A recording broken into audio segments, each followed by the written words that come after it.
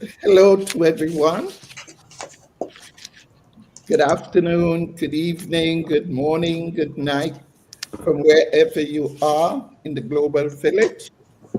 We are streaming today Hello? from Africa to Europe, Asia, and the Americas. I won't be surprised if we don't have someone that's on from Australia. I know that I do have people that I follow and they follow me in Australia. But this truly represents today the global village, and it is World Mental Health Day today. So I want to say happy World Mental Health Day to you today. I thank you for joining us. I know it's a busy time for you, but you've taken the time to join us today. And I am praying that you will be well rewarded. There are strategies that you would receive.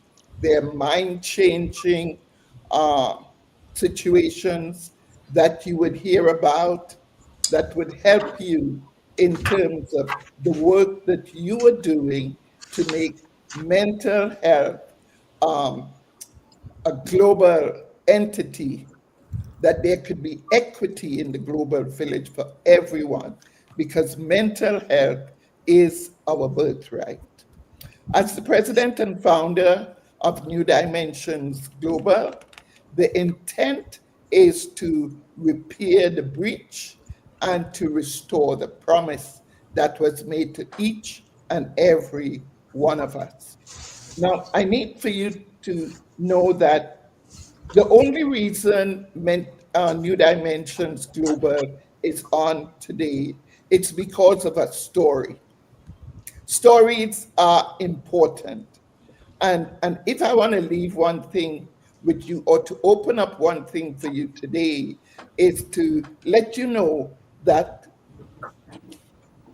you said they can't hear me. I can. Can you hear me? I hear you, I can Miles. hear you. Okay.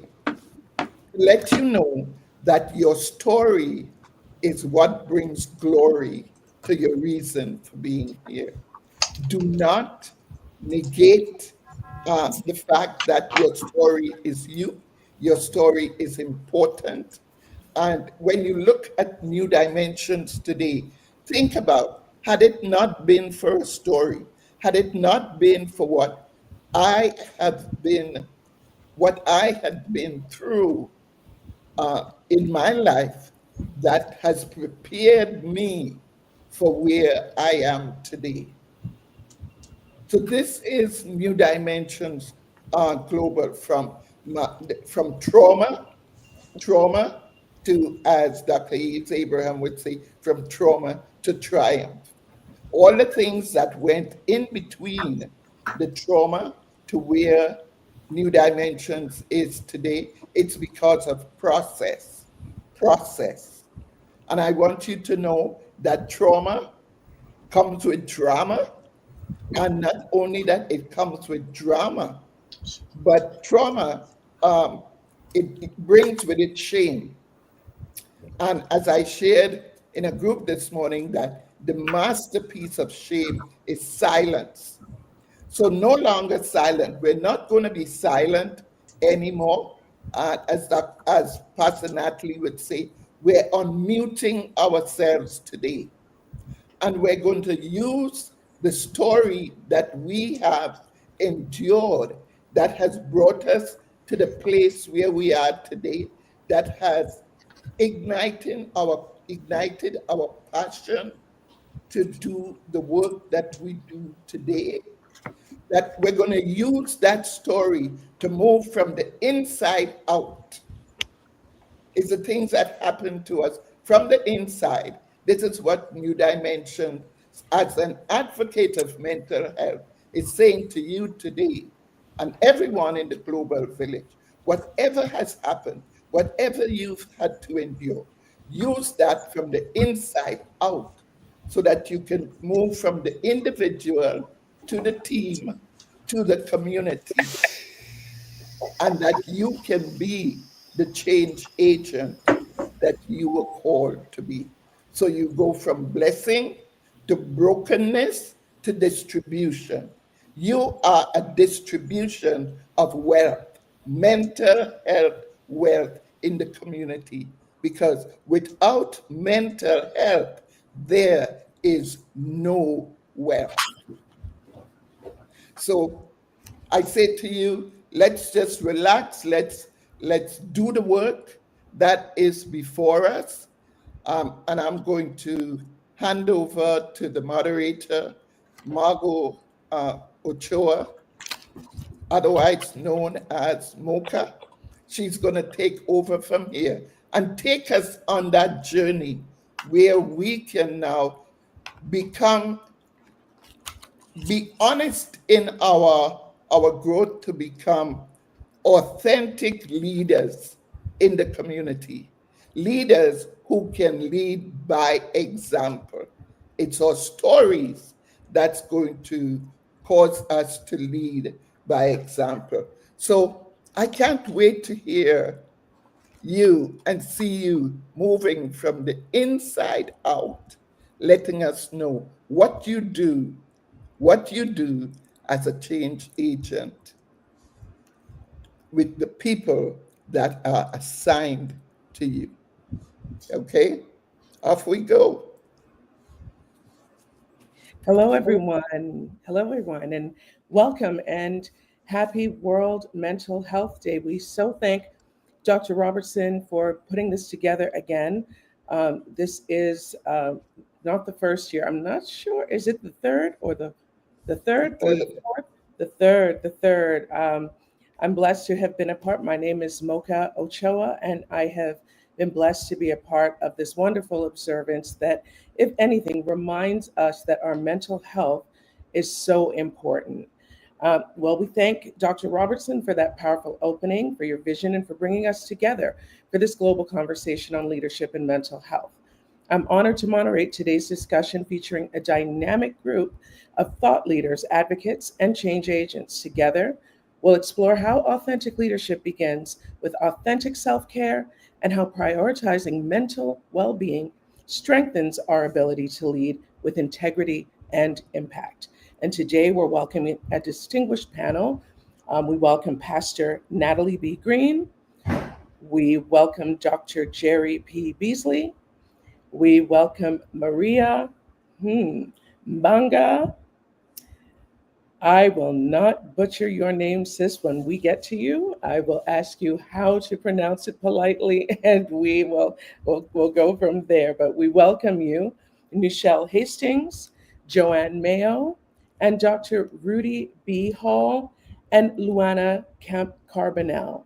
Welcome, everyone, to today's panel. How are you all doing today? All right, good. Your mental health is in a great space today? Of course. Okay. So, the first person that we're going to talk to today would be Pastor Natalie Green. And let me give you a little bit of background on Pastor Natalie. Pastor Natalie Green is a transformational leader, pastor, and author who inspires hope, healing, and wholeness. She brings faith and mental health, mental well-being, creating spaces for restoration and empowerment. Her mission is to help others walk in purpose with renewed minds and restored hearts through God's truth. Welcome, Pastor Natalie Green. Hi, happy to be here. Thank you. Wonderful. Thank you for joining us. Absolutely. I'm excited. I'm upset. I missed the past 2 years, but I'm happy to be here today. We welcome you. Divine timing. Everyone here is divinely placed. We believe that, right? Absolutely. And everyone has a special word to impart to us. So what we'd like to know from you, Pastor Green, is as a leader who bridges faith and mental well-being, how can spiritual communities move from offering comfort to actively transforming the way we approach mental health in such times, with approach mental health and self-care in times of crisis? Awesome. That is a wonderful question that I think we need to answer and ask more frequently than we do and more readily than we do from the faith-based standpoint, as a pastor of a ministry here in Florida, I have not just been in ministry for a couple of years. I've been around the kingdom of God. I've been around the church for more than 40 years, and I have been in leadership positions for more than 25 years or so. And so I've seen the approach to mental wellness in the church, or the lack thereof, and I've seen it as something that can literally be detrimental to what it is that the church is established to accomplish. And so, with that in mind, I think we do well in the space of comfort. We do well as being a refuge for people, hurting people to come. You often hear the term that the church is a hospital, but I don't know anyone who wants to live in a hospital, right? We go Right. to the hospital so that we can receive proper care, so that we can literally leave well. Mhm. And I think we kind of miss that point sometime in ministry.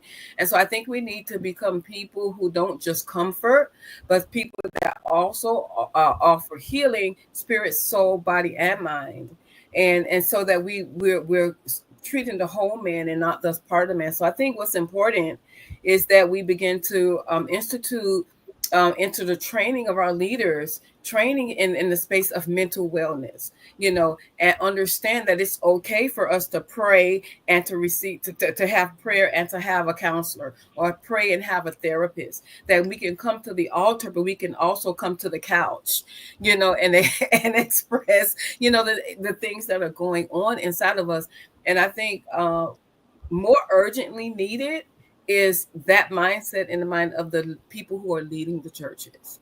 Because as a woman in leadership, as a pastor in leadership, as a leader in leadership, I know that sometimes we feel that we can't be vulnerable, that we can't admit or be authentic about our own pain. And so we continue to grow through it and flow through it and teach through it. And at the end of the day, we're burnt out. And so I think we need to educate ourselves, make that a part of what we do as leaders, that we will begin to learn outside of scriptural things, learn some basic things about mental wellness, understand how to spot the signs of it, not just in our congregations, but in ourselves. Institute that as a core part of what it is that we are delivering, even from our pulpits, that we make our congregants aware that it's okay, that you have to have the laying on of hands, but you also have to have a therapist that you're seeing every week or whatever, that's going to help you process through your pain. So I think if we make mental wellness and mental care normalized in the ministries, I think we will have an opportunity to really meet the requirement as ministry, as a church, as the kingdom of people, so that we can minister to the whole man. We'll be able to reach that goal. Okay. That's wonderful. I love that. One thing that you said that really struck out, that I loved what you said, it said that we need to know that we can come to the altar, but we can also come to the couch. So Absolutely. since we're speaking to leaders today, because oftentimes you're so busy servicing your congregation that you don't maybe realize yourself as a leader that it may be time for you to come to the couch. Can Absolutely. you give us can you give us some symptoms we may look for to say, maybe it's time to go to the couch? And what does going to the couch look like for leaders? Absolutely.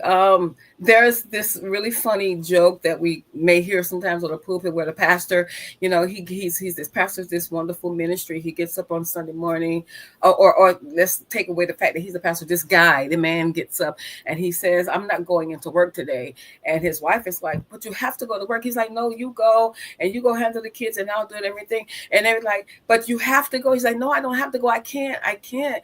And they're like, and he's like, "Well, why do I have to go?" And she says, "Because you're the pastor, because you're the leader, that it doesn't happen without you." And I think one of the very first things that we can identify in us to let us know that, hey, it's time for us to look inward, is that we're exhausted and we lose passion for the thing that we say we're sold out to. The very thing that we believe that we're living for, this why I'm living, I don't want to do it anymore. Something has taken place inside of us that has broken that area of us. And once we begin to serve out of mechanics, as opposed to passion, then that's a red flag to let us know, hey, we need to look back. And of course, some of the other things is, you begin to feel this depression. You begin to get anxiety about one more phone call, or you get triggered because you see this one member that this one member. Oh, you already know that when they call you, there's a trauma trigger that takes place in you that you don't want to do it anymore. And so I think those are just, at the very basics, the fact that you're losing the passion for it, that's the number one sign. And sometimes you're just exhausted. You're not sleeping. You're not eating well. You're gaining weight. You're losing weight. All of these things are signs and red flags that, hey, let's step back and let's do some self-care.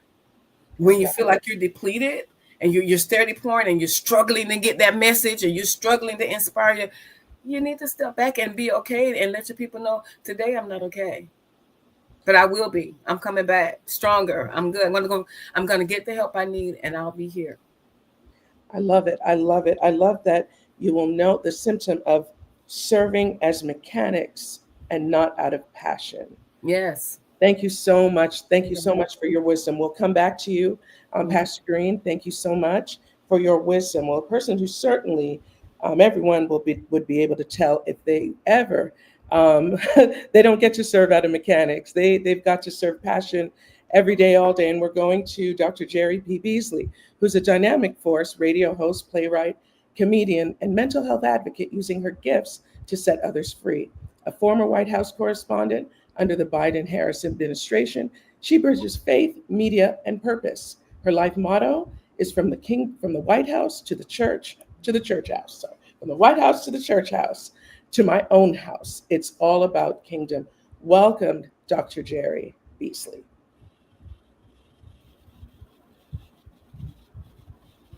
Can we hear her? Mike was muted. I'm sorry. Thank you for having me here today. I'm glad to be with you, and nice seeing you, Mocha. Good to see you too as well. Ray of sunshine. Like I said, you don't get the opportunity to be without passion. You got to bring it every day, right? Whether you like it or not, whether you feel like it or not. Oh my God. In fact, I didn't feel like it today. So I didn't go in today. I said, there will be no live show on today. And the reason is because I don't want to be up every day, all day, just to encourage people. That's my job. That's what I do. But there are some times that I said, I'm not feeling this today. There was nothing wrong. I just needed a minute to take a breather. What I like what Pastor Natalie said earlier, she said they use that term that the church is a hospital. I thought I was the only one that got vexed every time I heard people say the church is a hospital. I don't want to sit up in no hospital all day, every day on Wednesday and Sunday. I want to get some aftercare maybe, but I don't want to be in the hospital, because in the hospital, you got a bunch of sick people sitting next to a bunch of sick people. When do we start working on healing? When do we start working on getting better? When do we start working on some therapy that we can walk again and flow in our anointing again and our gifts again? And so that's what taking today off to do this was for me. Just today to say, you know what? I just want to come do what God has called me to do, and then sit back and take in what everybody else is saying, because every leader needs to be poured back into. Yes. Every leader needs to be encouraged. And I thought you were going to say, when you said no one knows this better than Dr. Jerry, is because, I was crazy before. I was actually, and I said, well, no, she didn't call me crazy. I was actually diagnosed many, many years ago while I was in Prairie View A&M University with bipolar schizophrenia. And I literally had to do time in a mental health ward. And so I know what crazy is. And I don't like it. I don't want it around me, and I don't want other people to have to deal with it. Later on in life, as doing ministry, I realized I was never crazy. I was called, I was chosen, and I was prophetic, but I didn't know how to handle the prophetic call. So I know the seriousness of taking care of that mind, because that mind is just 1 second away, one accident away, one calamity away from breaking. And so we have to take care of our mind. I do a podcast sometimes called Mind Your Mind, because it's important to mind your own mind. I can tell when I'm getting agitated. I can tell when people getting on my nerves. I can tell when I got a cuss in my throat, and I can't do that right now or ever. And so I know how to back away. People say, you stay isolated. No, I don't. I protect what has been given unto me. I guard it. Just as the pastor said earlier, you can just sense when you know somebody's coming with some drama and some problems. And there's some people who don't want the help. So I don't really have to stay before the people who don't want the help.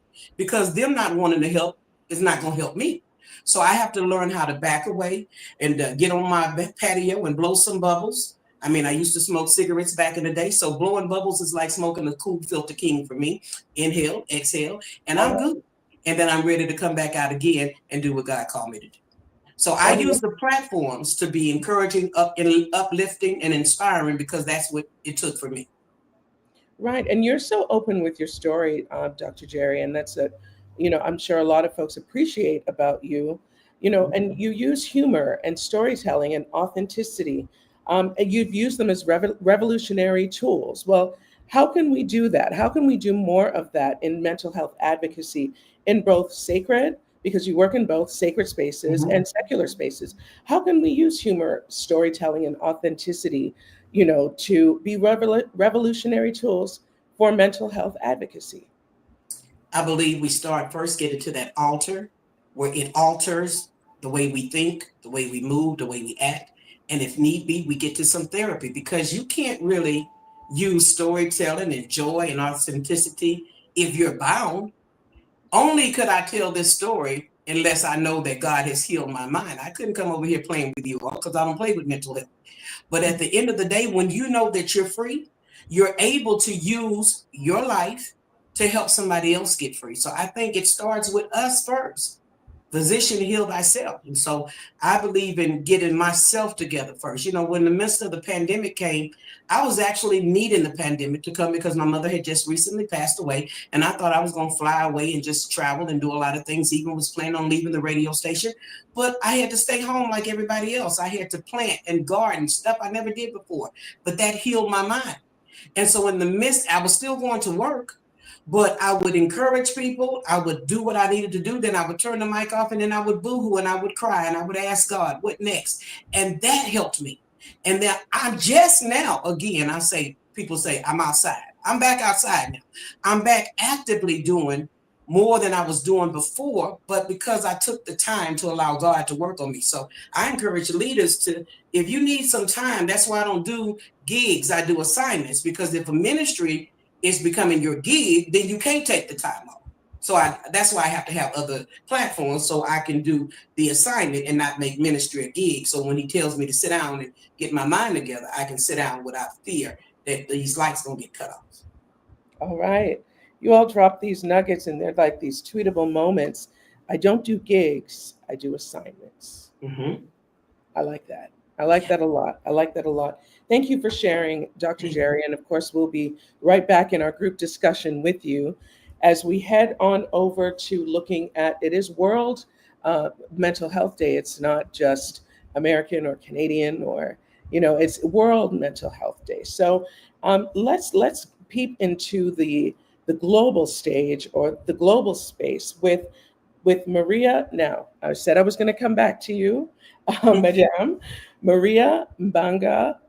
Please give me your last name.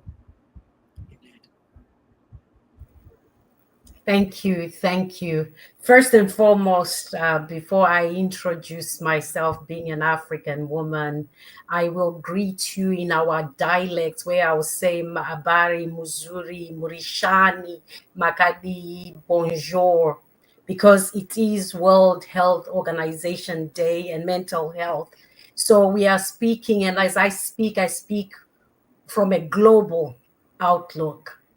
And hence, Madam Moderator, my last name may be a mouthful. Say it nice and slowly. Mbanga is my maiden name. I pay homage and respect to my parents because I was Mbanga first before I became Majimavi. That is my husband's name. So it is hyphenated, Mbanga Majimavi, respecting both. But it is my second time to be coming to speak amongst great fellows, advocates, scholars, and practitioners who are committed to advancing mental health for all. Absolutely. Today, we face a critical challenge, one that, mental health or mental health care is both universal. and ethical when it comes to practice, but it is culturally, it resonates with all of us. So that's why my name, I hope it will bring a bit of flair and a cultural exchange from a global standpoint. We love it. We love it. What a beautiful name. Well, you are an international activist, educator, and advocate empowering women in marginalized communities worldwide.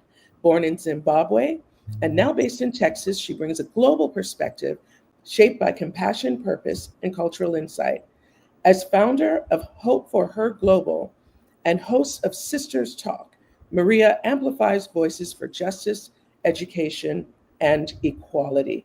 Welcome.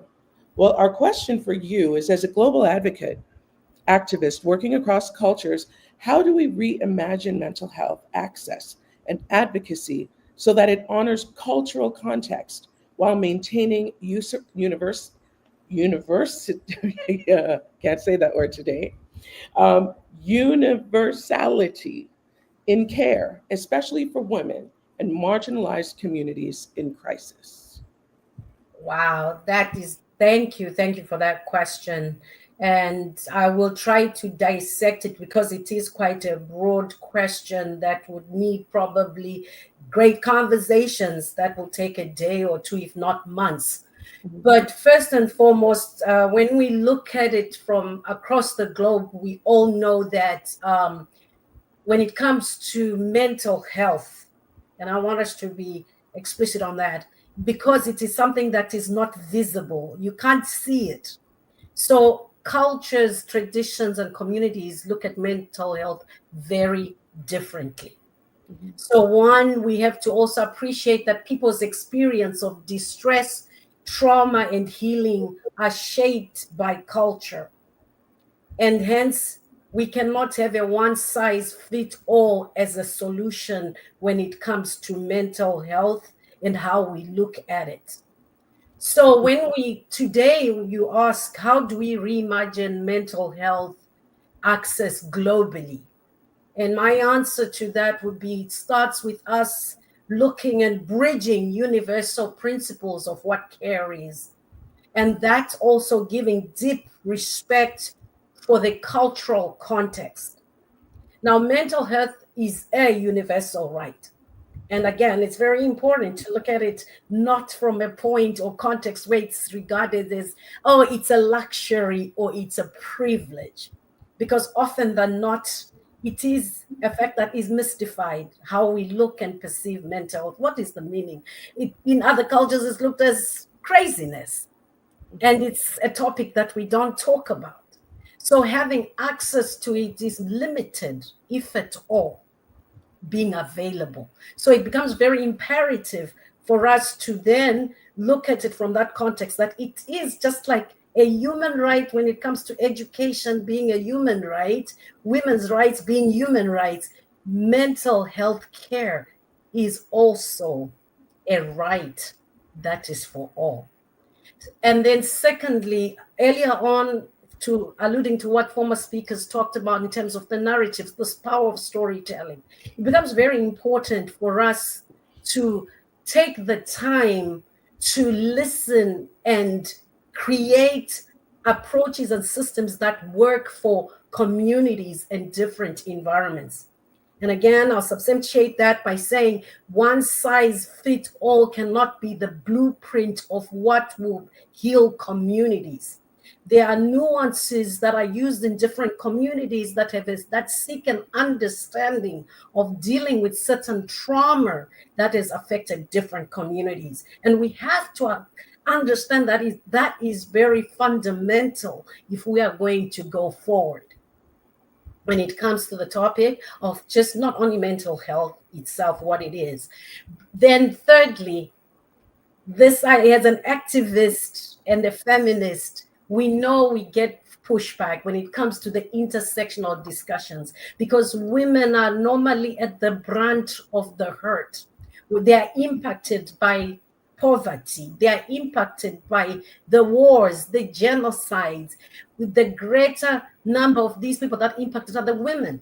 they are often weaponized. So as global activists, then it becomes our time to shine, to be able to push back those narratives. Again, we are going back to the cultural context. What are those traditions? How do they see women? Because at the end of the day, there's that expectation of women's roles in the different societies. So we are there to push back so that we are able to hear.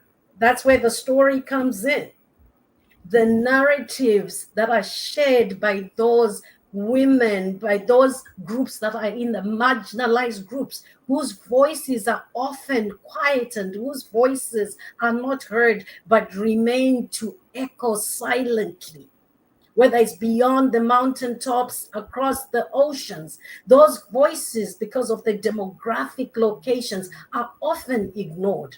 But yet, when solutions come, when it comes to mental health, it's believed that it becomes a prescriptive process. You come with a solution and you try to put it into a community which they don't even understand what you're talking about in the first instance. So the power of stories will then be able to be used together with what I look at as the theoretical solutions. But you have to be able to marry those two, appreciating that Maria's struggles as an African woman are different to Marge's struggles as a North American woman, to Dr. Shirley's struggles as a Caribbean woman, and hence, but however, ethically, this is where the World Health Organization comes into play. Whatever ethics they've put in mind, then you're trying to make those universal. But however, you have to bring those values, the cultural values, our struggles, our voices, then we marry the two and we're able to come up with a solution. So when that means, basically, how does that look like? It means there is the community empowerment, which is key when it comes to access, and how as global leaders we have to go in. And that means we're able to have sustainable change or caring when local women, our communities, the youth advocates are trained and are resourced to lead mental health care initiatives with their own, which resonate with their own cultures, which again resonate with their own cultural frameworks without bastardizing other people's beliefs that these don't work, they are not acceptable because they don't fit the narrative that has been put forward. And finally, when I look at mental health as in the lens from an activist feminist lens, I look at it from a fact that it's a justice issue.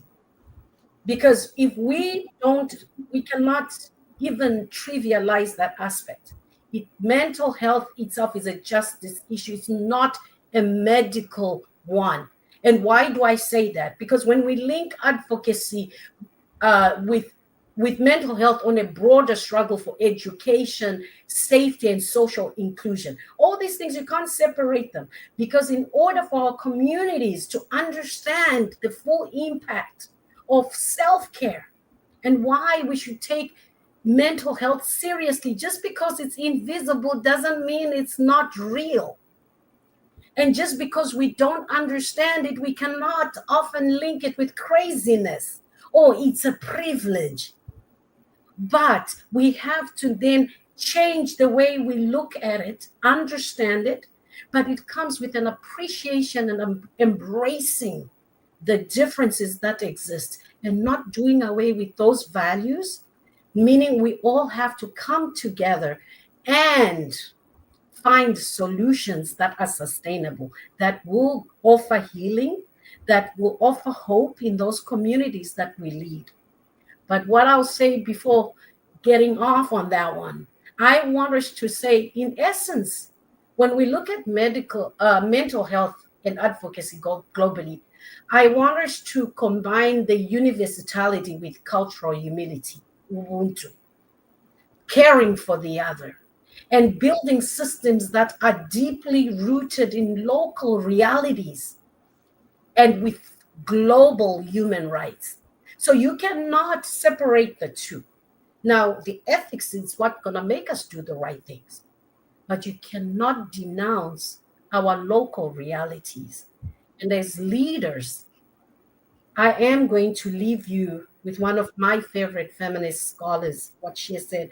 Audre Lorde once said, caring for myself is not self indulgence, it is self preservation.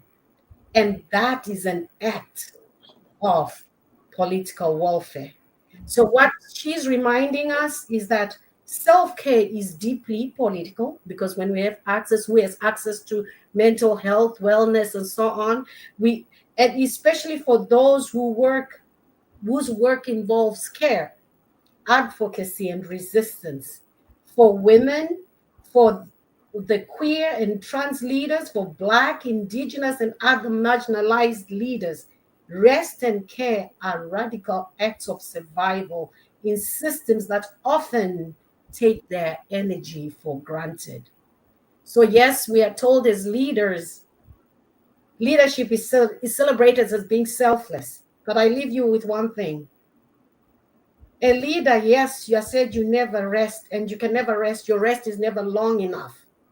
But I'll say this: self-care is not a retreat or a luxury for leadership. It is part of it, for it allows us to be able to come back to be better leaders and to lead with compassion and to be fully present. So, yes, you need time as a leader to take it all in, go sit on the couch, and also say, I am tired, I need help. And it's okay to ask for help when you need it, because as a leader, you're also human. So we can start to reimagine what that can look like globally, but we cannot shun each other's beliefs and traditions. Let us come together like we are doing today to share what that could look like. Thank you. All right. Well, that was, you said a mouthful there. You said so much there that I'd love to follow up with you about. But I think the most profound, when you were talking about Audre Lorde, and that's one of my favorite quotes and favorite writers.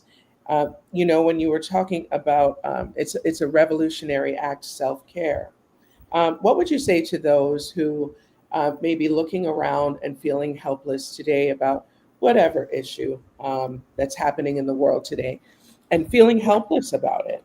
How would you use that quote from Audre Lorde to let them know that whatever you're doing is enough, or the best that you can do is enough? How would you say that to where we are? We tend to wear the big S and the capes and try to be super people, especially if you're in that activist world. What would you say to encourage balance in those spaces and to combat those feelings of perhaps, am I doing enough? Wow. And again, like I say, there's activists, feminists, in whatever capacity. Yes, right now the times are difficult. There's a lot of turbulence globally. And sometimes we feel like it's time to throw in the towel. That's the reckoning moment. Because when you are feeling dejected, when you're feeling totally hopeless, also take a moment, reflect on your why. Why are you doing this work? I am not saying that we should become martyrs. No. But when you start understanding fully the calling, the purpose, your why, you are in, it's part of the change that you want to see, part of that struggle, you allow and give yourself permission to stand back, breathe, and definitely seek out the help. And take that time to recharge. Because you, as a leader, as an activist, in these times in the living, you cannot do the work half on an empty cup. You cannot. So you have to dig deep, center yourself, whether it's spiritually, if you're going to have that quiet moment, if you're going to go for a spiritual retreat, it becomes very important that, yes, as a leader in these times, you're called to serve, but you cannot serve on an empty cup. You cannot. And if you allow everything that's going on to consume you, then again, it's going to leave your why waiting. And understand that you cannot be the change that you want to see overnight. It's a process. But what is more important is that you deal with that reality and understand that it's beyond. You have not failed as a leader when you see the hopelessness of it all. You have not failed, but recharge. Again, go out to seek the reasons as to why you're part of the struggle, why you're doing the work that you're doing.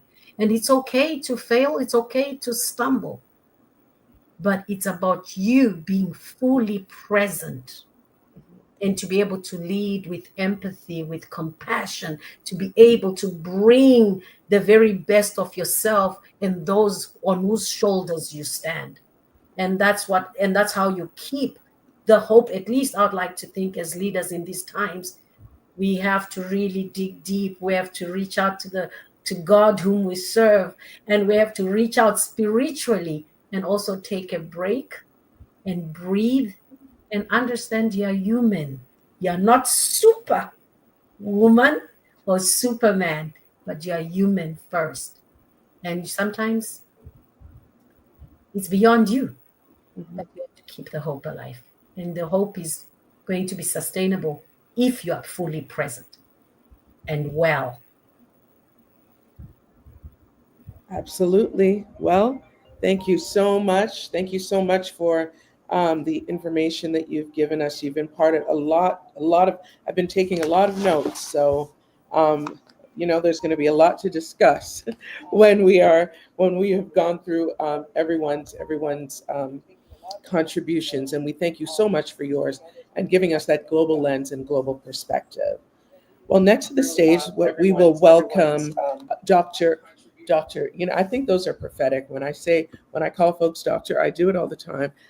Perhaps that's just letting you know what's next for you, or maybe with the pathway. But Dr. Nichelle Hastings is a visionary leader, ordained elder, and advocate whose life embodies faith, service, and empowerment.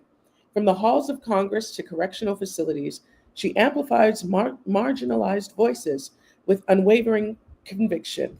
As founder of Women Empowering Women in Development, she champions mentorship and opportunity in male-dominated industries.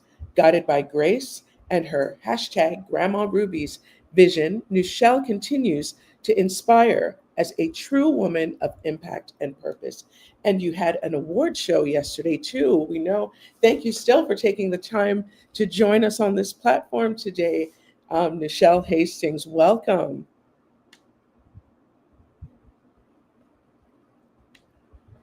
Hear me? Oh, there you I go. yes. Technology is Technology. driving force, right? Yeah. Talking about mental health. I My purpose today, and it's storming where we are. Thank you, Dr. Rudy, for letting me know that I was spiraling, so I was going in and out to not disturb.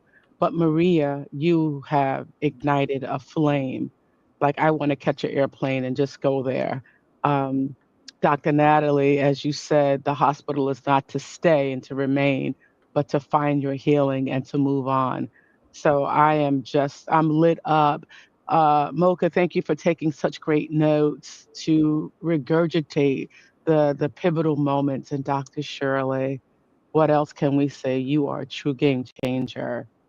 So, my purpose today is to take in and to take back to the women around the world through women empowering women in development in the construction space where we are marginalized, but there is a call to action, right? We have stigmatized a little mental health. Sometimes it's bad attitude, and people want to say it's mental health, right? So we want to give mental health a break, and in this space, we are truly identifying spaces and things that we can talk about, and to help those that sometimes women in our situation on the construction site, we can have a bad day because we have timelines, deadlines, and other lines.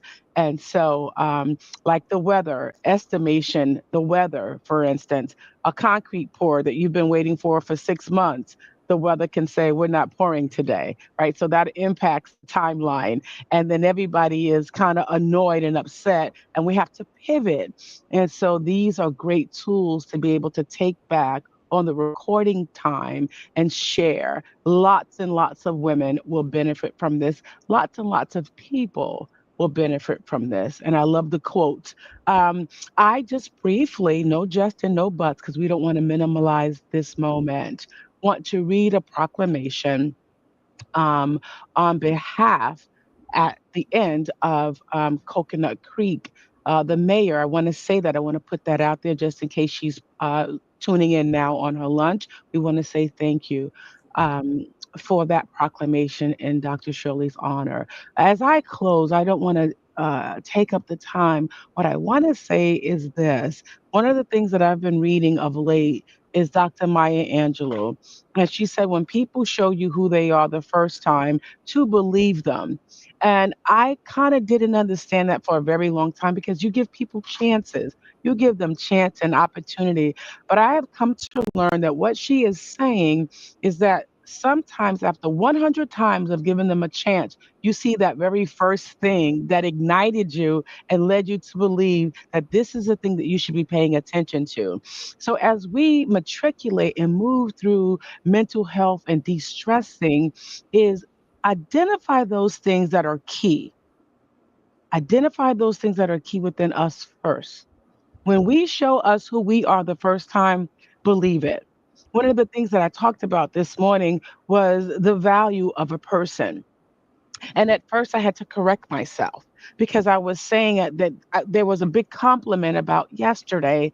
And the first thing that I said was, we wanted to show the folks the value in them. And I immediately had to stop because we say that so often, but we cannot show someone the value in them. They have to show themselves the value. They have to believe it on the inside. And so, as I am listening and I am learning, there are things that I will discontinue saying like just and but because it takes away the impact of what you want to say. When you know you have impact on the inside of you, that's your value. And no one should be able to take that away. No emotional status, no, again, using last night, we had to pivot for 30 minutes. At first, I was taking in the fact that, oh my goodness, the timeline is off by 30 minutes. I had to let that go. There was nothing that I can do to stop those 30 minutes from happening. What I could do was know the value inside the moment, relive every reason why this needed to happen, and enjoy it from that time. So as we edit our lives, we have to stop, pause, and understand that the value is inside of us. There's a song that says, there's a hero. If you look inside your heart, if it comes from a good place, if it's meant from a well place, if it's prepared and if it's proper, those are values that you should hold on to. Don't let anyone take them away from you, but the anyone is yourself. When you let yourself take those things away, that's the person I believe Dr. Maya was talking about as well. When you know who you are the first time, don't let anyone deter you from believing that you are powerful, that you are capable, that you are fearless, that you are enough. Don't let anyone persuade you to think otherwise. Don't let any setting minimize you from who you are and what you bring to the table because you got it going on. If you look inside yourself and understand your value, that is the crux of great mental health. My name is Nichelle Shelley Hastings. I am from Florida, USA, and it's been a pleasure to be with you today. Thank you. All right. Well, thank you so much, Nichelle Hastings. I do have a question for you. Yes, ma'am. You dedicate your life to building bridges between faith, empowerment, and leadership in industries where we don't often see women. A lot of times we are told as women that in order to play with the big boys, we've got to show up like the big boys. Well, my question for you is, as we talk about self-care and we talk about self-care and pampering oneself as women, how do we tap into femininity and softness and realize that that's actually indeed our strength? And once we go toe to toe with our strength, then that's where we show up fully rather than being told, well, you got to show up like one of the men if you want to play ball with the boys. What do you say to that, and how do we tap into true strength? What would you just say to women out there who are climbing up that ladder? Oh, I'm glad you used the word climbing. So, one, there is no ladder, right?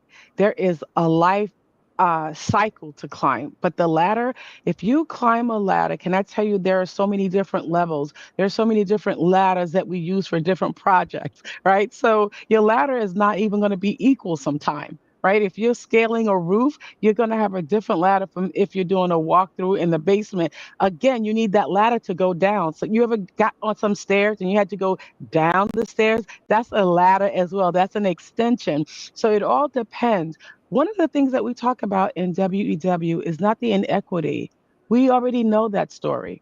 We talk about what we are doing for one another to open the door for one another. Case in point, if we're going for the same interview to the same meeting and you see another woman in the lobby going to the elevator, maybe her shoe gets snagged and you push that door closed on the elevator so you could get up to that conference room first.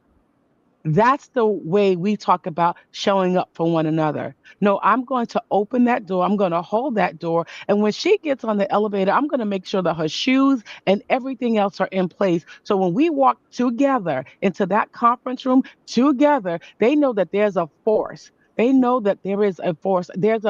I'm paraphrasing, but it's if you want to go fast, go alone. If you want to go stronger, go together.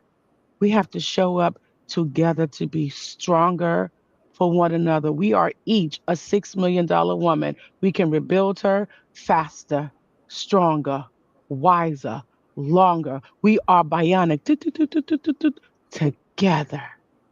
Awesome. Awesome. I love it. We fix each other's crowns, right? All right. I love it. Thank you so much, Nichelle Hastings. As we move on to Joanne Mayo, welcome her to the stage, to the forefront. Joanne Mayo, with over 20 plus years of hands-on business and leadership experience, she helps entrepreneurs and organizations optimize their operations for sustainable growth. By combining proven growth strategies with professional coaching expertise, she bridges the gap between potential and performance. Her mission is to empower others to lead with clarity, purpose, and impact because when leaders thrive, businesses and communities flourish. That was beautiful. Thank you, Joanne. Welcome. Thank you. All right, all right. Well, let's get right into it. In a world obsessed with productivity, how do you teach leaders to see rest, reflection, emotional wellness not as weakness, but as the most powerful strategies for sustainable growth and authentic leadership? Well, thank you for that question. That's a great question. And thank you for the opportunity to expand upon a response. And so, to answer your question, how we do that is by bridging the gap between potential and performance. So, I like to start off by saying, I once coached a CEO who told me that, if I stop moving, everything is going to fall apart. Mm, But what I actually heard was a belief that busyness equals value. So he felt that he was if he wasn't personally managing every detail, his hands on everything, that it wouldn't get done right.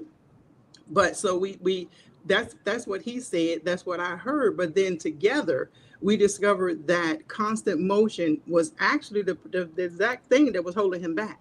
Mhm. So for me, at the mission of my mission is to help clients, of course, bridge that gap between potential and performance. But what does that look like? That looks like understanding that authentic leadership. We often talk about authentic leadership, but authentic leadership is about knowing when to push and when to pause. So it's not about doing more, but it's about being more present, more self-aware, thus being more human, because that's something we all share in common. We are human. And so I want to share like 3 paradigm shift keys that I believe for authentically leading by example. And this has been through my experience over the years. So there are 3 of them. So the first one that I want to talk about and to share is, first, we want to reframe rest and reflection as performance strategies. I think that's important. Reframe rest and reflection as performance strategies. And how do we do that? We do that by looking at emotional wellness as a leadership strategy.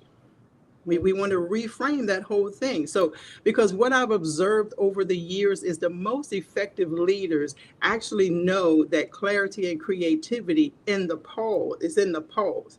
It's not in the rush. So that's number one. The second thing is that, of course, as we often hear, and some as it has been shared even today, is that leadership begins with the leader. So I am a big proponent of leadership development, because the success of the organization, whether it's an organization, whether it's our household, it rests upon the shoulders of the leader. So the first thing key is for us to be able to lead ourselves well. And so what does that actually look like? That looks like we want to inspect what we expect. So what we expect of others is what we want to first inspect within ourselves. So what does that start with? That starts with self-awareness, self-emotional regulation, and mental wellness. So because I find that when leaders neglect these areas, that's when they become barriers between the potential, bridging the gap between potential and performance. And so a lot of times when we talk about leading ourselves, that looking inside deep, that means and I call it the 3 C's: the capacity, competency, and character. So character, we want, is not just about what we say, but it's also about how we say it. It's also even in our body language and how we talk and how we walk. Because we as leaders, we model the way. It's not just a cheek in the seat, but we model the way. We inspire a shared vision. We challenge the process. We enable others to act. And we also motivate the heart. So within these things, there is the character, again, how we act, also the competency. And competency is not always about what we know, but competency is also about understanding and knowing and being real with ourselves and what we don't know. And that it's okay to not know. We just go and we find out, and then we come back. So even if we are having a meeting or someone, they may ask a question that maybe we're not comfortable with, maybe we don't have a full knowledge of it. It's okay to say, well, you know what, that's a great question. Let me table that. Let me get back with you. I want to make sure that I give you the exact, the right answer. I want to make sure that I answer your question. So let me get back with you. It's okay to do that as long as we come back and we do get back with it, because we don't want to drop the ball. So I would say, so that would be number 2, because again, I find that when leaders neglect these areas, that they become barriers between their potential and performance. So number 3, wellness. When we talk about this thing called wellness, self-care, when it comes to the leader, sometimes, for we as leaders, it's like, oh, I got to keep going. I can't stop. The world is going to fall apart if I'm not there. I have to be there. But we want to look at self-care as not self-indulgent. It's not self-indulgent. It's strategic. We are strategically using that. So because it enables leaders to show up grounded, focused, and ready to inspire. Because as we were as I was mentioned earlier, leaders are inspired to share vision. And if we are not fully within ourselves, then how can we share? How can we challenge the process? How can we even enable others to act? And how can we even motivate the heart? So when leaders model wellness, emotional intelligence, and boundaries, we also give our teams or those that we lead permission to do the same. So it's like a trickle down effect, and that's really how cultures are sustainable. So now, what does that look like? That looks like for sometimes for us, just like the CEO that I referenced. What would that look like? What look like to him? Well, that would look like delegation. We don't have to do it. We don't have to do it all, because effective leaders understand that it's not doing everything. But here's a key: is by empowering others to own outcomes. So it's not just about us doing everything, but we want to bring the whole group in, and we all own the expected outcomes. And that is by setting expectations and boundaries. And I find that in coaching, whether it's businesses or career professionals or CEOs, a big part of that is just making sure that we ourselves, in leading the way, that we are setting expectations. I find this a lot is in setting the expectations and the boundaries. So for those that we are leading, set the expectations so that we don't get burned out. But if they don't know the expectations, then how do they know what to do? And what are the boundaries around their expectations? So this is your duty. This is what you are to do. But how do they do it? Have their procedures or processes? Because when we clearly set expectations and boundaries, that's when we can all own the outcomes, and that's when we can all work together towards those expected outcomes. And so, as I surmise all of that, for too long, leadership has been defined by output. It's been clearly defined by output. It's by how much we do, how fast we do it, how hard we push. But the truth of the matter is that that model doesn't build leaders. What does it do? It burns us out. It burns us out. So it does. So it's not sustainable. And so what I've learned is that the bridge between potential and performance isn't built through endless hustle. It's built through alignment. So when leaders learn to rest, and I heard Maria talk about this, when leaders learn to rest, reflect, delegate, and care for our mental and emotional wellness, then we unlock something far more powerful than productivity. No, we unlock authentic leadership, which is a natural outcome of who we truly are. Awesome. Awesome. Thank you so much. That was, you gave us some really good points here. One thing I want to ask you about is, emotional wellness and being present, and how important it is to be present as leaders. We're taught to plan, strategy, Mhm. strategy, think ahead, think ahead, think ahead.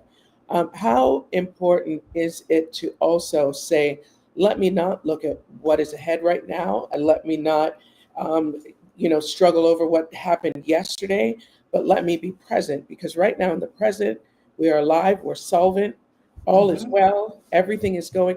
How important is it for leaders to stop and touch base with themselves and be present, to know that, okay, in regulating that, that emotional wellness? And should we be taking the time to do that in the workspace? And what does that look like? And yes, that is a great question as well, because one of my duties in the past in managing within corporate America for the East and West Coast is that it was important for leaders to be able to take the time and the opportunity to understand. When we talk about weakness, I look at it as challenges, because a lot of times we say weaknesses, then it's like depletes us, and we don't want to. It's all in how we say and how we vision something. So we want to reframe that to maybe challenges. But what I find over the years is that in order for we as leaders to be able to step back, to be able to pause, to be able to reflect, I think it's so important. Again, I always go back to the setting of the expectations and the boundaries of the people that we lead. The outcomes are not just upon us as the leaders, but it's about the entire, whether it's a home, whether you're leading yourself, your home, or you're leading other people. I find that when leaders marry those two things together, the setting the expectations, being clear, and setting the expectations and the boundaries, that allows us to be able to pause. That allows us to be able to reflect. That allows us to be able to pull back. It allows us, and even in using delegation as a strategic tool, and not again having to do everything for ourselves, having not to do it all ourselves, and the outcomes are just tied to us. But when we share the expected outcomes, when we share that and we make everyone as a partnership in this, we're doing this together. I mean, even if it's a household, you're leading your household, everyone that's in the household, let's set the expectations. This is what you do, this is what I do, this is how it all ties in together, this is the expected outcome, but we have a roadmap for how we're going to get there, and we're going to do this together. Okay, awesome. Thank you so much. Thank you so much. You always provide such great information for us, and we really, really appreciate you. Thank Thank you you. for the opportunity to share. All right, all right. Well, let's move right along to Ms. Lana Carbonell. Carbonell, I hope I'm saying your last name correctly. Welcome, welcome. Lana is an accomplished business management professional with expertise spanning aviation, healthcare, hospitality, transportation, and government sectors. With over a decade of legislative administrative experience, she excels in strategic planning, project management, and relationship building. Currently serving with Seafarers House at Port Everglades, she supports an organization dedicated to providing practical care and spiritual guidance to mariners worthwhile. Grounded in compassion and service, Lana's leadership reflects her commitment to dignity, faith, and global community. Welcome. Thank you. It's a pleasure to be here today. And Nichelle, last night was amazing. Thank you so much. The celebration and the concert. And, it was great meeting a lot of the other honorees and just being able to celebrate with everyone. So I had not heard John before, and he was just mesmerizing. In fact, I killed my phone because I took so many videos that it finally died at the end of the concert. So great job. But it is a pleasure to be here. And, being the executive director at Seafarers House has been an honor. I've been here for 8 months now. And, we cater to men and women. Actually, there's 1.9 million seafarers around the world. And we have the honor of serving them each and every day. And we are an international, non-denominational, faith-based maritime welfare agency right here in Port Everglades. But more than our title, we are a vital lifeline. We're a human connection for those nearly 1.9 million men and women who work on the world's oceans every single day. And we like to refer to them as our unsung heroes. They're often, forgotten. But if you think about, look at the clothes that you're wearing, our glasses, the coffee that you probably had or are having, the cars that we drive, over 90% of everything we use every single day come from the high seas.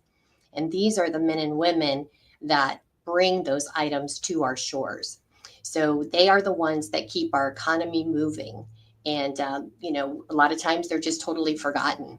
And to have that privilege of serving them when they come into Port Everglades, a lot of times we're the very first friendly faces that they actually see when they come into port, because when they come into port, they have to get cleared by customs and before they can get off their ships. And sometimes they've been at sea for so long that their visas have expired and they can't get off.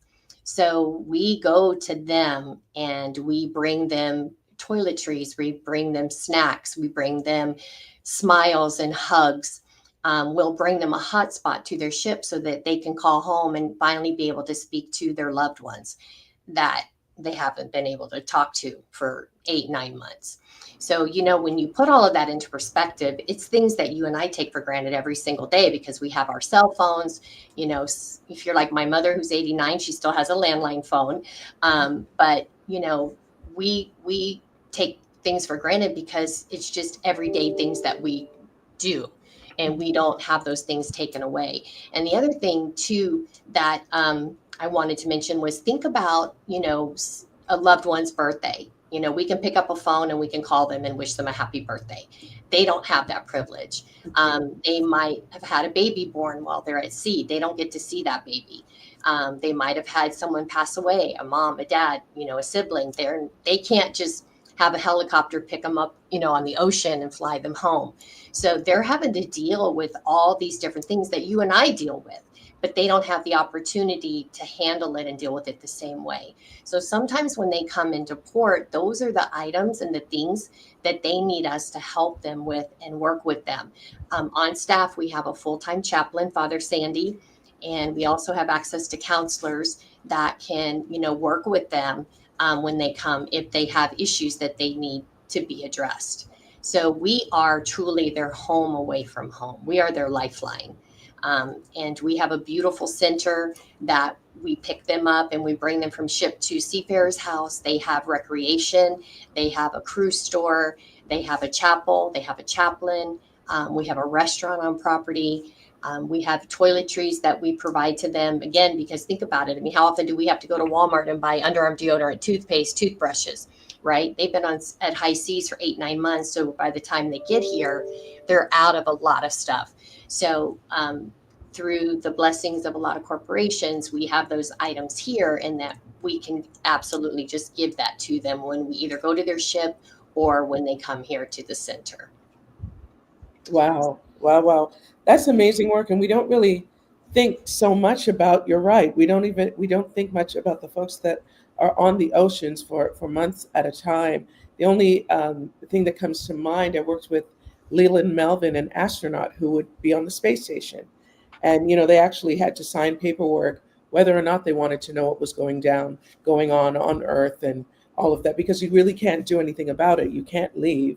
And so, you know, you're there and isolated. And I think the closest thing that we have come to that as a society is COVID, when all of a sudden everything was shut down and we were isolated.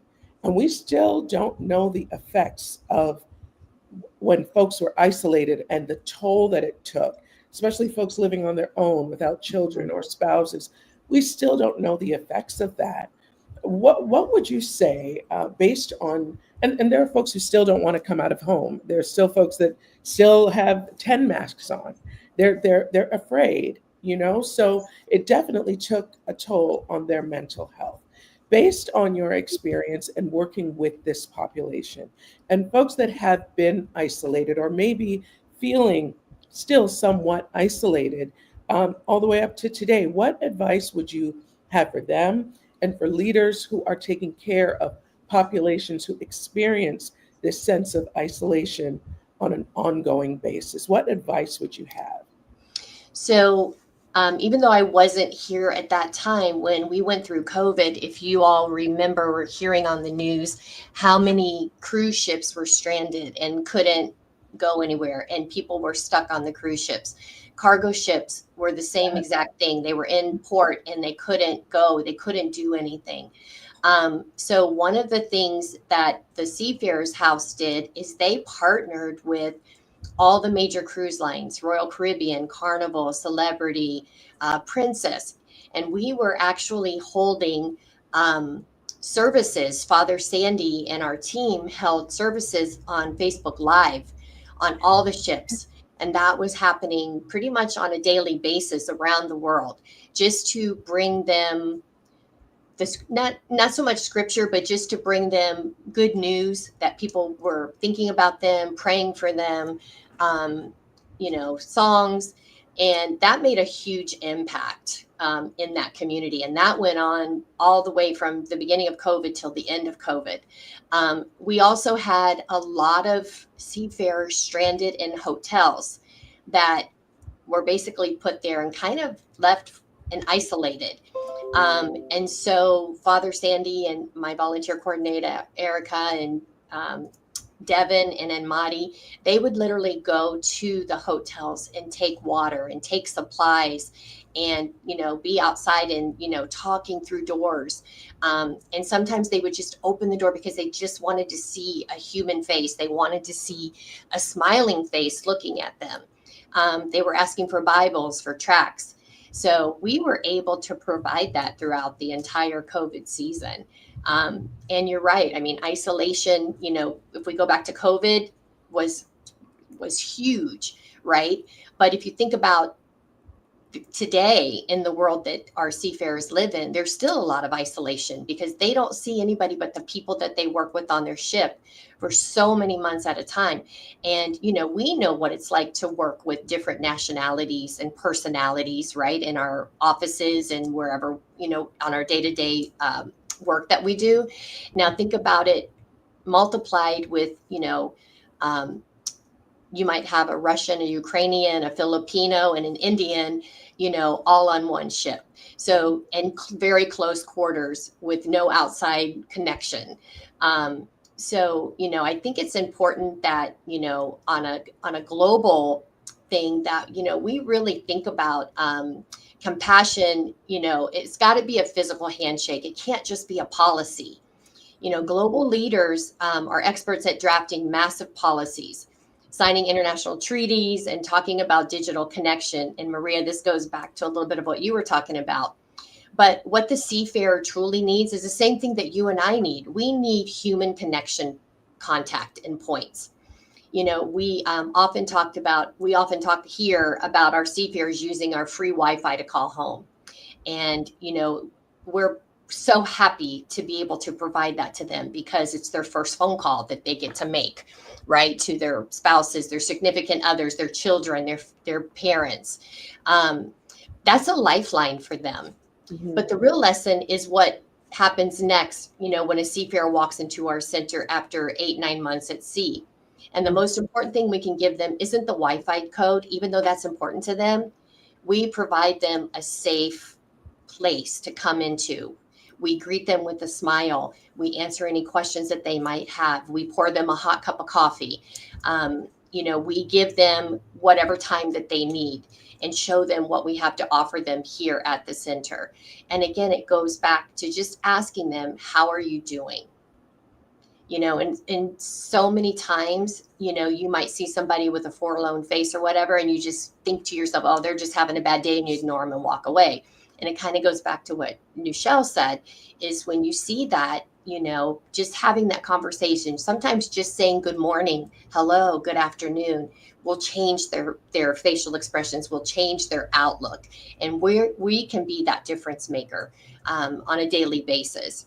So, you know, I think leadership must stop treating care as a distant digital service or a lifeline, you know, a line item in a budget. It must be present, tangible, and immediate. We must invest in people and places. The safe harbors that are empowered to deliver genuine face-to-face support, combating the isolation that literally threatens a worker's mental health. Policy must translate into a welcoming, constant human presence. And I think, you know, again, you know, going back to what Maria was saying, these are things that we don't think about because, you know, sometimes leaders are all about the money and the budget, and they forget about the human lives that are involved, you know, in the process on a day-to-day basis. And I also think that dignity is the bedrock of the global economy. When a seafarer is at sea, they are pure function. They might be an engineer, a cook, a deckhand, an officer, but this extreme isolation often leads to a devaluation of their humanity. This is why we see wage theft, delayed medical care, and crew abandonment. And it happens because when they are unseen, their well-being is often treated as secondary to the vessel's schedules or the company's profit. Because, you know, the big brother's all about the money. And for us leaders, I think we need to remember that compassion-centered leadership requires a radical shift, valuing the workers above the work. And we really need global leaders just to step up and enforce the standards that ensure that these men and women are seen as people and humans and not as disposable labor. Because if we didn't have them, we would be in big trouble. Right. Right. I understand there's a video that you have so we can get a little bit more perspective on this, because this isn't something that we see day to day, like we see doctors and, you know, lawyers and in function at work. So I'd love to see the video so we can get more of a visual on what it is that these wonderful men and women do on a daily basis. Absolutely. The people who bring them to us are the global seafarers. These dedicated men and women spend up to 9 months away from home. They battle isolation, exhaustion, and the immense distance from their loved ones. Seafarers' House is more than just a place to visit. It is their anchor, their home away from home. Our mission since the beginning has been to ensure their well-being in port. We provide refuge, but we specialize in connection. We offer the only bridge back to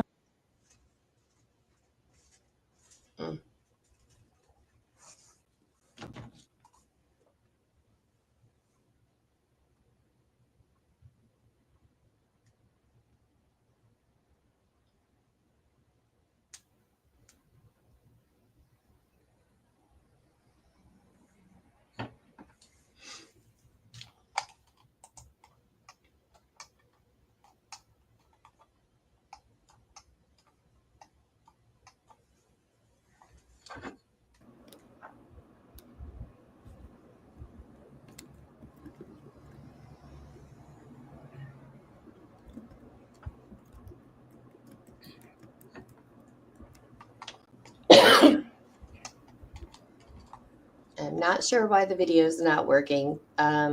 Did you guys download it to your computer? Or are you playing it from?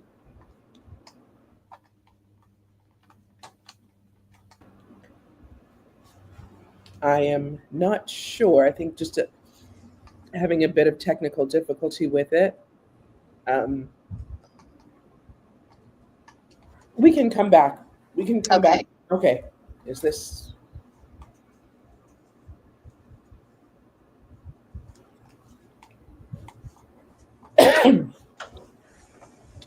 Okay. It may also, if I may, it may also be the weather. I know, again, Dr. Rudy's been telling me where I'm at.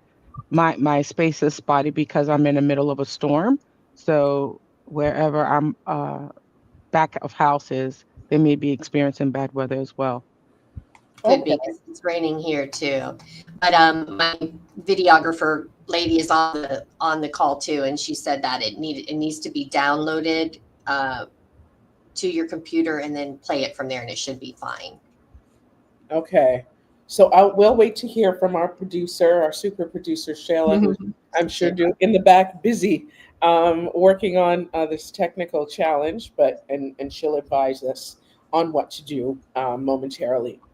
But thank you for so much for this, because again, this is something we don't think about. And I remember back in the day, they would have, I don't know if classrooms still at least would write letters to those at sea, and, just to kind of keep them company. But I think we've gotten away from a lot of that, with, we used to do that in school. So what you're doing is wonderful, wonderful work. And I know it's so much appreciated and so much needed.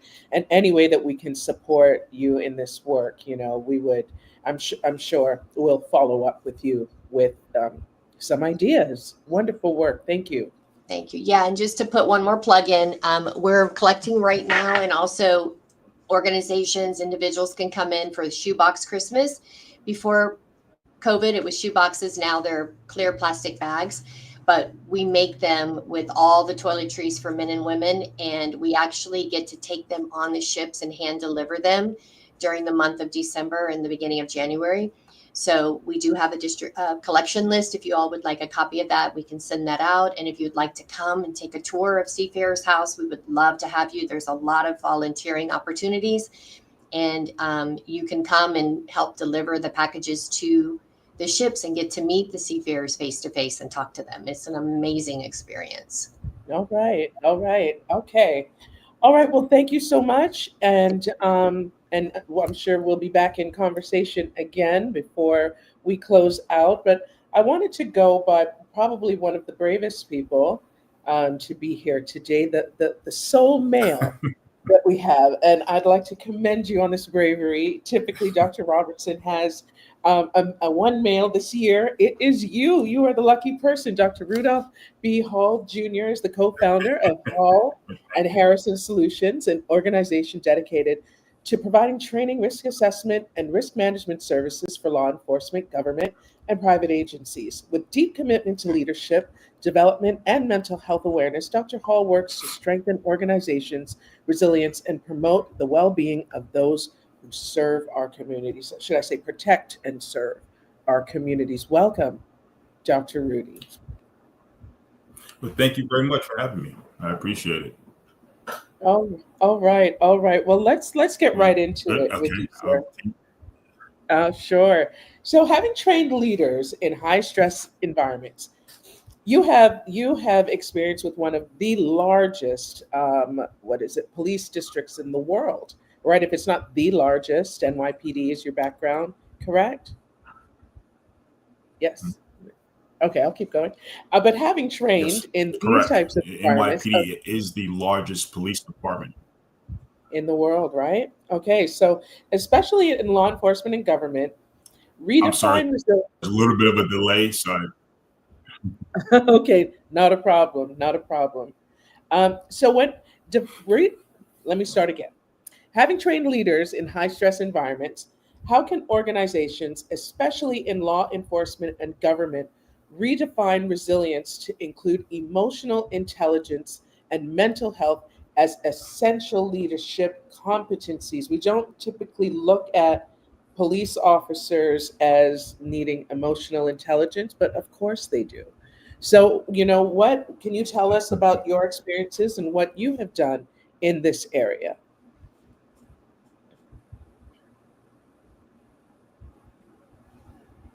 sure. So again, I apologize if there's a slight delay in audio. I don't know if it's on my end or just dealing with technology and Wi-Fi in 21st century. But Right. first of all, thank you for having me. It is an absolute honor. Shelley mentioned $6 million women that I am virtually surrounded by. I am honored to be in your presence, and thank you to Dr. Robertson for giving me the opportunity. Um, when we think about mental health and law enforcement, it's often we look at officers interacting with those with mental health challenges. We don't talk about officers and their own mental health. And Dr. Robertson mentioned stories and how the power of stories. And I'm a big believer in that. So I'll share this story, and then hopefully it drives home the point that I want to make. In 2015, in McKinley, Texas, there was a call for service. An officer responded. There was a teenager, and we all know, those of us who are parents who have teenagers or raised teenagers, we know how challenging they can be. An officer responded to a party. So I guess somebody's parents went away and they decided to have a pool party. So there were multiple teenagers at this pool party, and a fight breaks out. Somebody calls the police. Police officer responds, and there's a video that went viral. The officer, as he's telling the kids, time to go, leave. There's a young lady, African American young lady. I think she was 16 or 17 years old, who's in a two-piece bathing suit, and she wanted to go a different direction. And the officer's telling her, no, you have to go that way. And she didn't follow his commands. And as she's trying to walk past him, he grabs her. She ends up falling to the ground, and then he starts to drag her on the ground. So picture that image: male, white officer dragging this young teenage black female on the ground with a two-piece bathing suit. And then one of her friends comes over, another teenager, and he's yelling at the officer, hey, what are you doing? She's a girl. Why are you dragging her on the ground? The officer then pulls his weapon and points it at the young man and tells him to back up. Now, other officers arrive on the scene, they intervene, and they kind of calm the situation down. That video went viral. I'm sure some of you have probably seen it. It's been over a decade now. But when most people don't know, that officer, before he got to that scene, he actually had responded to 2 calls for service, 2 separate calls, each one involving suicides. One was a completed suicide, I believe, and the other one was an attempted suicide. So think about the trauma and traumatic event of encountering someone who's taken their life and someone else who's trying to take their life. And then the next job he goes to is dealing with a bunch of teenagers who, don't always want to follow rules and orders and want to do what they want to do. So his reaction was an overreaction. But what gets lost is the trauma he dealt with before responding to that scene. And this happens across the United States, across the world. This isn't an American issue. This is a global issue. So when we think about officers and their mental health and emotional intelligence, it's not just about dealing with the public, but it's about how they deal with themselves. Historically, when I first got into law enforcement, how we dealt with trauma was we laughed it off. We didn't talk about it. Or we drink. We go to the bar, we hang out at the bar, we have drinks, and you didn't really deal with the traumatic incident you dealt with earlier that day. The average person will encounter maybe 1 to 2 traumatic events in their lifetime. For police officers, and especially in busy jurisdictions, you're going to encounter at least one a day, most times more than that. And think about the toll, the constant trauma we deal with. If you had said to me 20 years ago that I suffer from post-traumatic stress disorder or some type of trauma or mental health issues, I would have probably thought you were crazy. I'm like, no, I don't.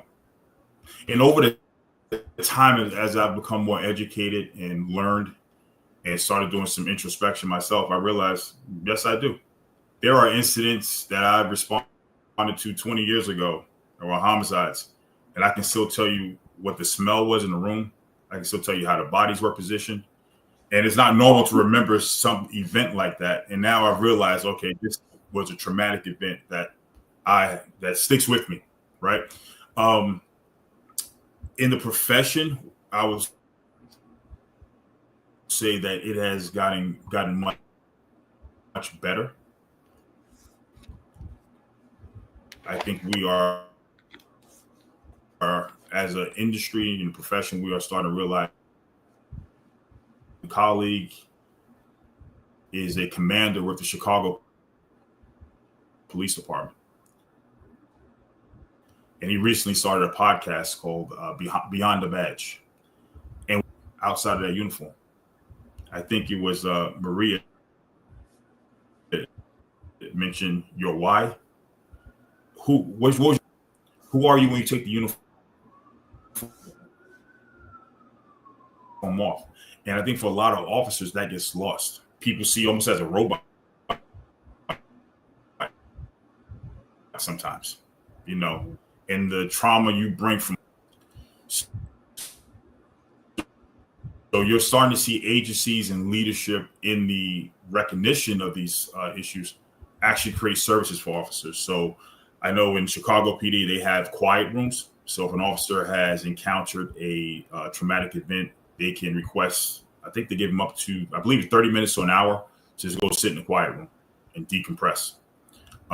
There are services in NYPD.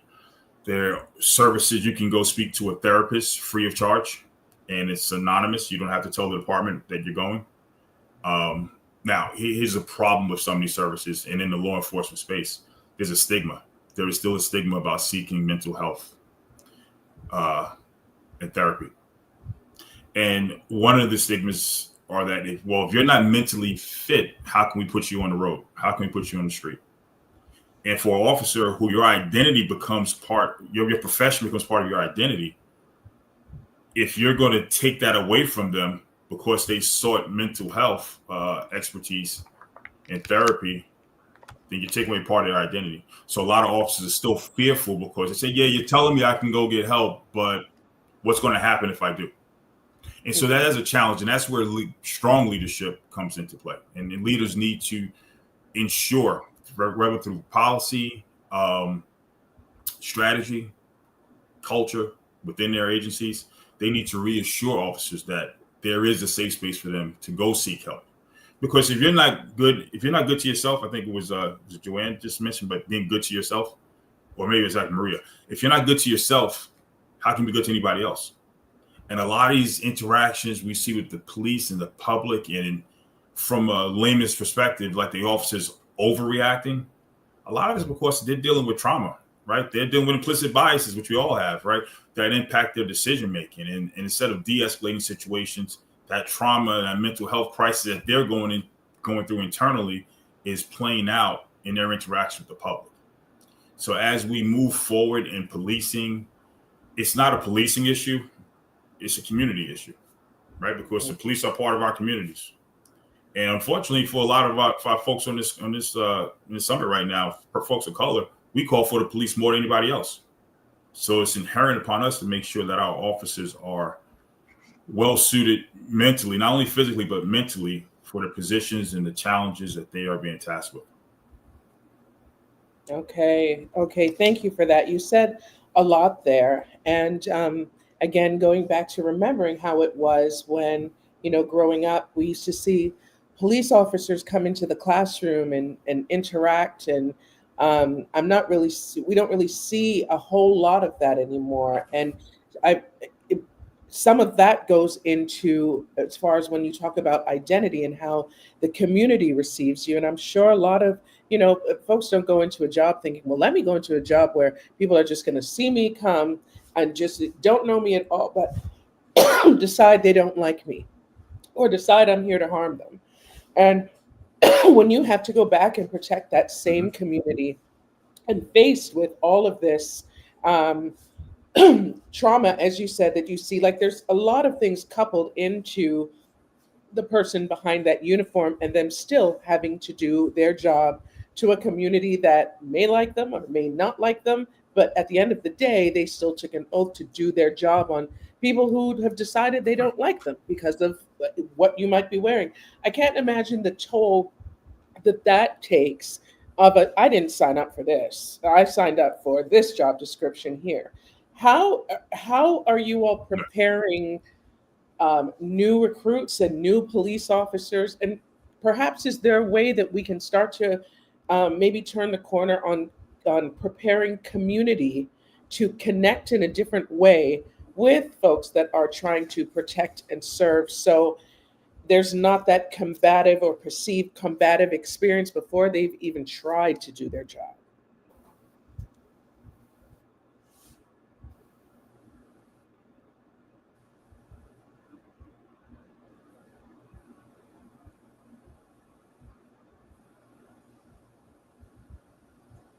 A question. I lost some Wi-Fi issues, but hopefully you hear my academy across the Okay. United States is the history lesson. Can you hear me? Okay, I think the Yeah. Wi-Fi out. Mhm. Signal went out for a little bit.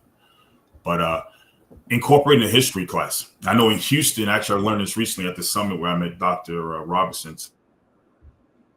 Someone was from I think it's Houston PD or Dallas PD, and he talked about the police in the communities of color, and the relationships and fractured interactions that have happened over the years. That is extremely important. You mentioned emotional intelligence, right? Being able to understand the communities you go into. When I tell young officers, when you go into a community and someone hates you, they don't hate you. They hate the uniform. Mm-hmm.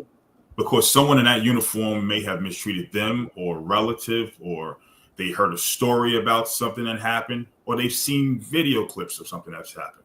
So it's not you that they're lashing out against, it's the uniform. But it's important for you to understand the relationship between the communities, many times communities of color, poor communities, and the police.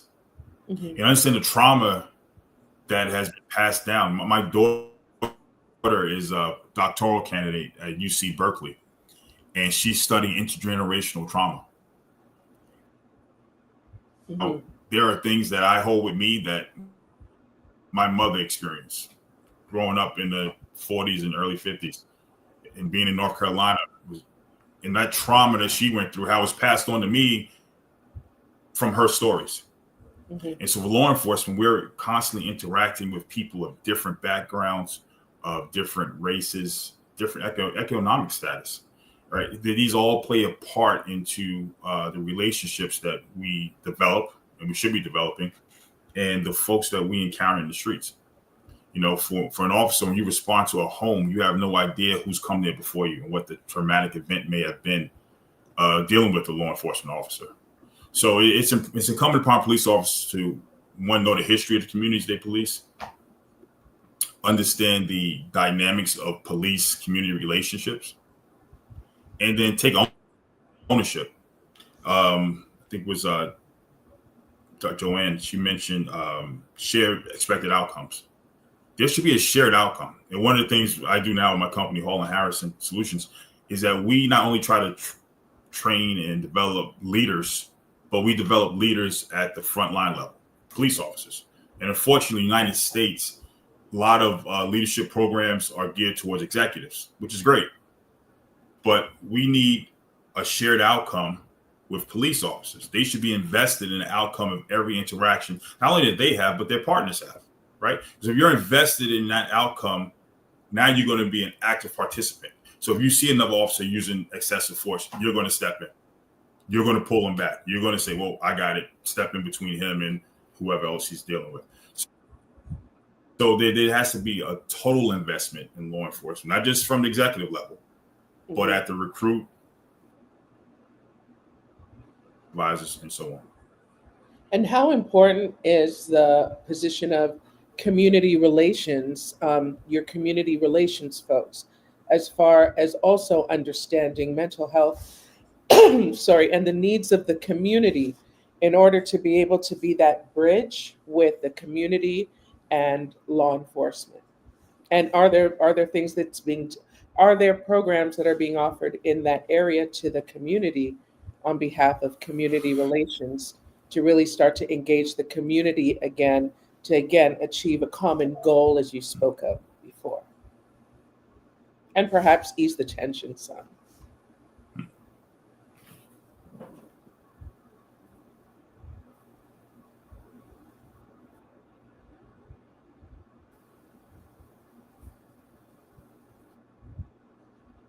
I'm sorry.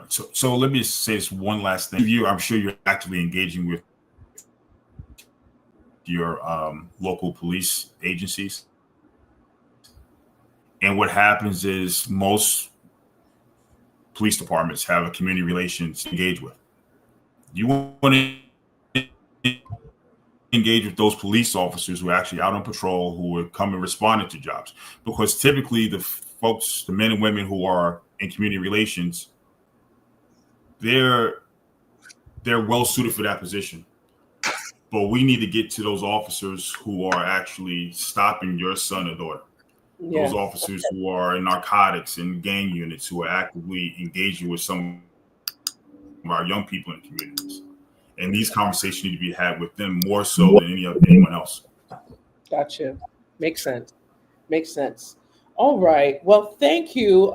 You were the perfect wrap up for us. And one more thing, let me just ask, since you, the soul male, what you've heard a lot of what the women have had to say. What advice would you give sisters from a male perspective on how should we look at taking the time to pamper ourselves and as you work with train different police officers, men and women, and how they have to recharge in a different way? What's some words of advice that you can give us women in the workforce as we look to take care of our mental health from a male perspective? What advice can you give us? Oh, wow. That's a loaded question. What advice could I give women who are in a male-dominated workforce? Yes, let's do it that. Let's. There was a little bit of delay. You said it's women in a male-dominated workforce? Sure. Okay. Sure. Yes.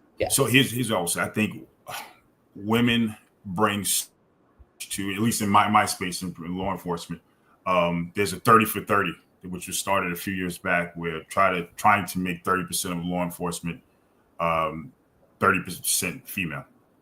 And I think women have a unique ability because there are women who are physically strong, often than men, and emotionally, as far as law enforcement, make you resilient, right? That make you an asset. So I've had the opportunity to work with some women in law enforcement who are phenomenal.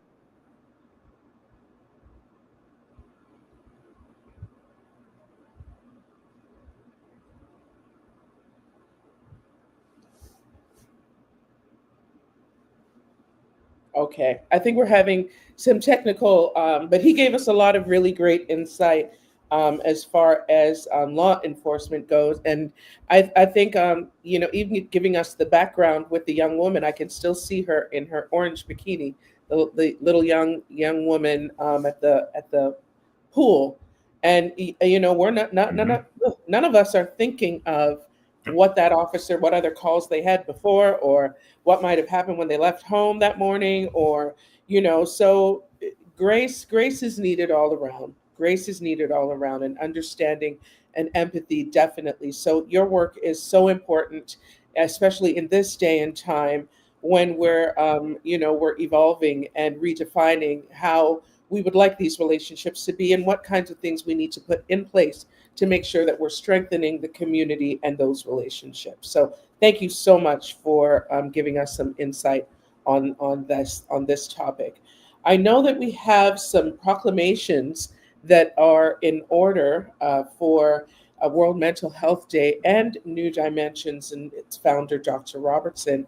Dr. Michelle Hastings will be with us to present those proclamations now.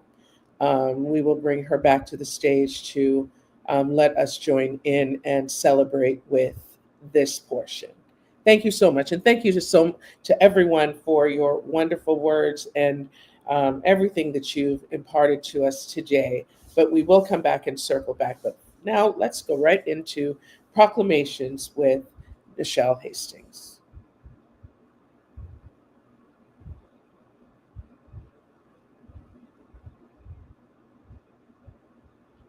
We apologize about that delay, trying to continue without having the spiral going on.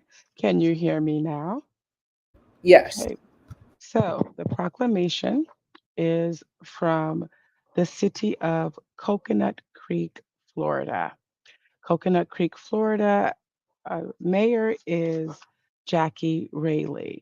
The proclamation reads as such: whereas mental health is an essential component of overall well being, and promoting mental health awareness is crucial for fostering resilient and supportive communities.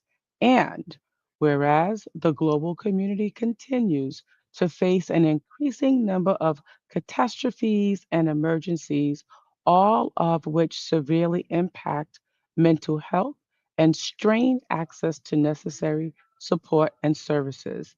And whereas individuals living through emergencies often experience trauma, loss, displacement, and uncertainty, making it difficult to have access timely and effective.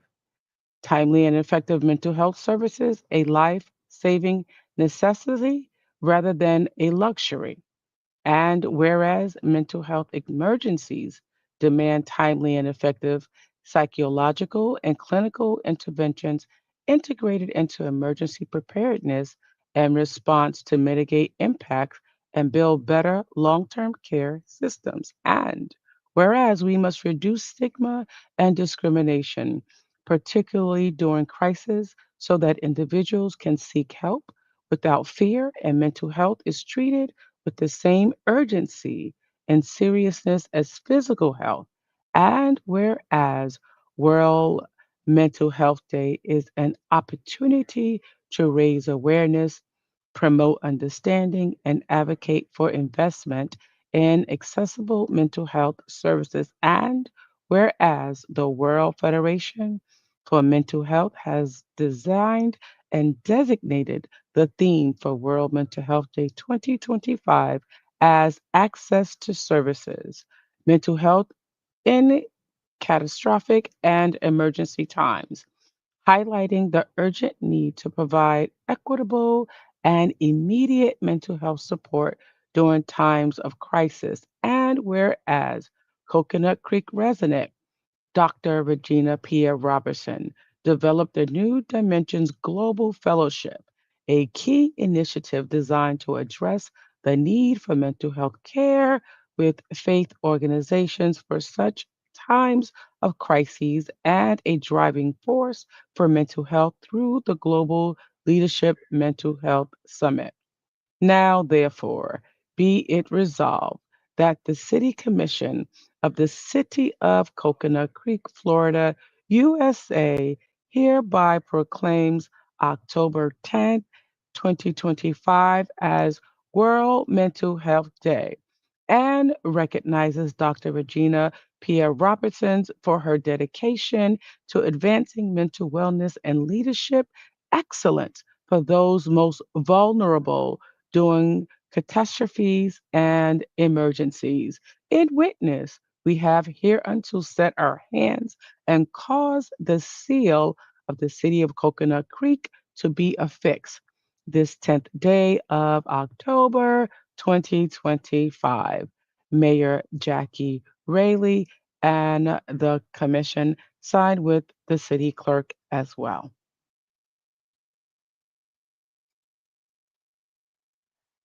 Additionally, we have proclamations from the city of Plantation, Broward County, the city of Miami Gardens, the town, of Davie, Florida, the city of Coconut Creek, officially topping off. We have as well as State Rep Chip LaMarca. We have well as State Rep Michael Gottlieb.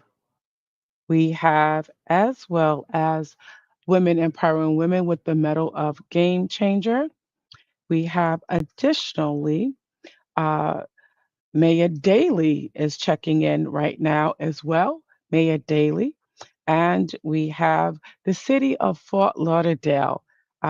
Dean Trellis is weighing in as well on those proclamations for today.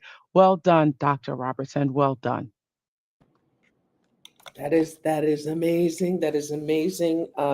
Dr. Robertson, thank you again so much for making sure that that October 10th does not go unrecognized. We honor you. We honor the time that you take to do this every year, and bring awareness and keep this program going. It has been an honor to be a part of it. And as we close this inspiring conversation, I want to thank each of our panelists for leading with vulnerability and truth. You've reminded us that leadership is not just about guiding others, it's about caring for ourselves in this process. It's been an honor to share this space with you all. And before I hand this program back over to Dr. Shirley Pierre Robertson for closing remarks, I would just like to add on to that you never know what's behind a person's smile and what's behind a person. As a lot of you who have interacted with Dr. Pierre Robertson know that, anytime you pick up the phone to call her and she notices any hint of anything in your voice, the first thing that she will do is, what's wrong? And how can I help? And, she is just that type of selfless person who continues to put others before herself. And hopefully she is listening really to a lot of this self-care information that came out, because that leaders need self-care too. And one of the things, like, she does not say that even in preparing all of this, she has a husband who is in hospice. You would never know that behind her smile. And so it's great to hear all of the the recognitions and all of that, the how she's being recognized for her work and the things that she does. But it's those things in time, those moments that you have to show up, and those moments that life throws at you and you have no control over, but you keep going. Well, this is an example right here, because I see her every day, and I don't know how she does it at 81 years old. She has been doing it for well over 50 years. I have grown up with her as a living witness, having people in our home, after hours till what time at night, and she's in with them counseling just to make sure that they're okay. So it's an honor for, it's wonderful to see her getting these accolades for the things that she does so selflessly every day in the community. It is very well deserved and long overdue. And at this point, I would love to turn it over back to the founder of this program, Dr. Shirley Pierre Robertson.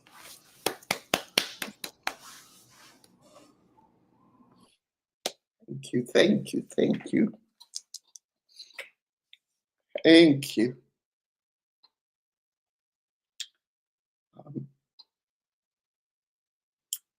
This is why I want to say to you, never bemoan your story, because look at what has evolved from that story.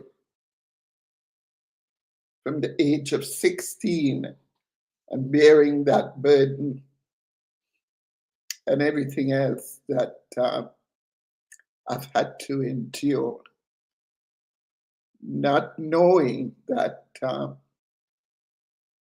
that story was a preparation for today. And today to be honored because of pain, because of shame, and the silence that came from the shame. Little did I know what was behind or in front of the pain. As they said, no pain, no gain. And it is through the pain that I'm able to speak truth. It's through the pain that I'm able to read this to you. As I say, thank you to everyone who has been a part of this journey, who has been a part of this process. I want to say thank you. Thank you for the disappointments, for the joy that was set before me that I didn't realize that was in me. I thank you to Michelle for the Game Changer award that I received last night. I didn't know at age 16 that there was a Game Changer award waiting for me. I give God thanks for it because He's the one that's getting the glory. And through my life, I pray that you would see that you're to never give up, never give in, because there is purpose in your pain. There is purpose in your pain. And there's a tribe that's waiting on you for their deliverance, for their wholeness, and for their healing, that when they see you, you are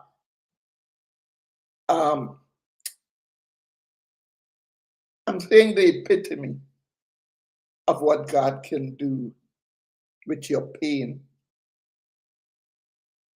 how you can bring glory to Him, and how you can strengthen others based on what you have been through. So it's because of that new dimension, it's building bridges of trust from an intersectorial perspective. And this is why each of you were chosen specifically for the lane in which you operate, the lane in which God has placed you, right? The lane in which you are today. One person can't do it. I can't do it of my own. I need each of you. I need the support of each of you. And as Michelle would say, she came along as a collaborative partner, believing in what I was doing. And all those who have prayed, and Margot and Sheila, there's so many, Dr. Green. As Margot said, she's calling everybody Dr. Maria, Dr. Jerry, who makes me laugh, crack me up with the things she says and do with her Holy Ghost drive-through, keeping me going. And now having met Dr. Rudy, who has brought me to the realization that law enforcement are human beings just like the rest of us. They have trauma, they have issues. Beside the badge, the uniform, and the gun, they're just as human as we are. And they come to work with issues just as we come every day with issues. And they have to deal with the community. So hence the need to bring us together, to build a bridge, to bring us together, each of us coming with our own piece, our own lane, so we can make a whole. We can make a whole, and we can sit at the table and we can talk about those what's going on. So how can we get together? How can we work things out? How can we plan to make this a better experience, a better lived experience for everyone, everywhere in the global village, where we could trust each other, where we can go to each other for help? Because you see, I grew up on an island in Trinidad where when you were misbehaving, your mother didn't think twice of taking you to the police station. And the police officer would be the one who would do what he had to do.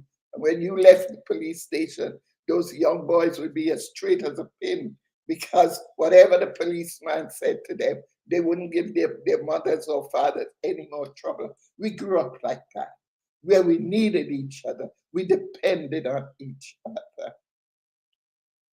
That's what we want. How can we bring it back together? We're in this together. There's a oneness, there's a wholeness where you need me and I need you, and together we can make it work. So having said all of this, I just want to quickly, if you will, grant me the opportunity to tell you what happened to me one day that has brought me to where I am.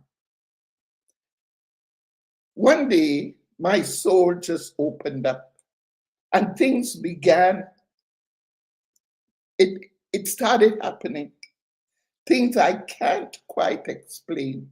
I mean, I cried and cried like never before. I cried tears of 10,000 mothers. I couldn't even feel anything because I cried till I was numb. One day my soul just opened up and I felt this overwhelming pride. What I was proud of, only God knows.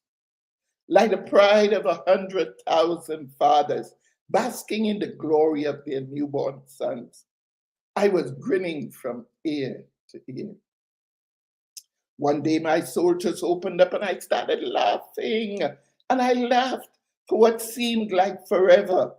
Wasn't nothing particularly funny going on, but I laughed anyhow. I laughed the joy of 1 million children playing in the mud. I laughed till my sides ached. Oh God, it felt so good to laugh.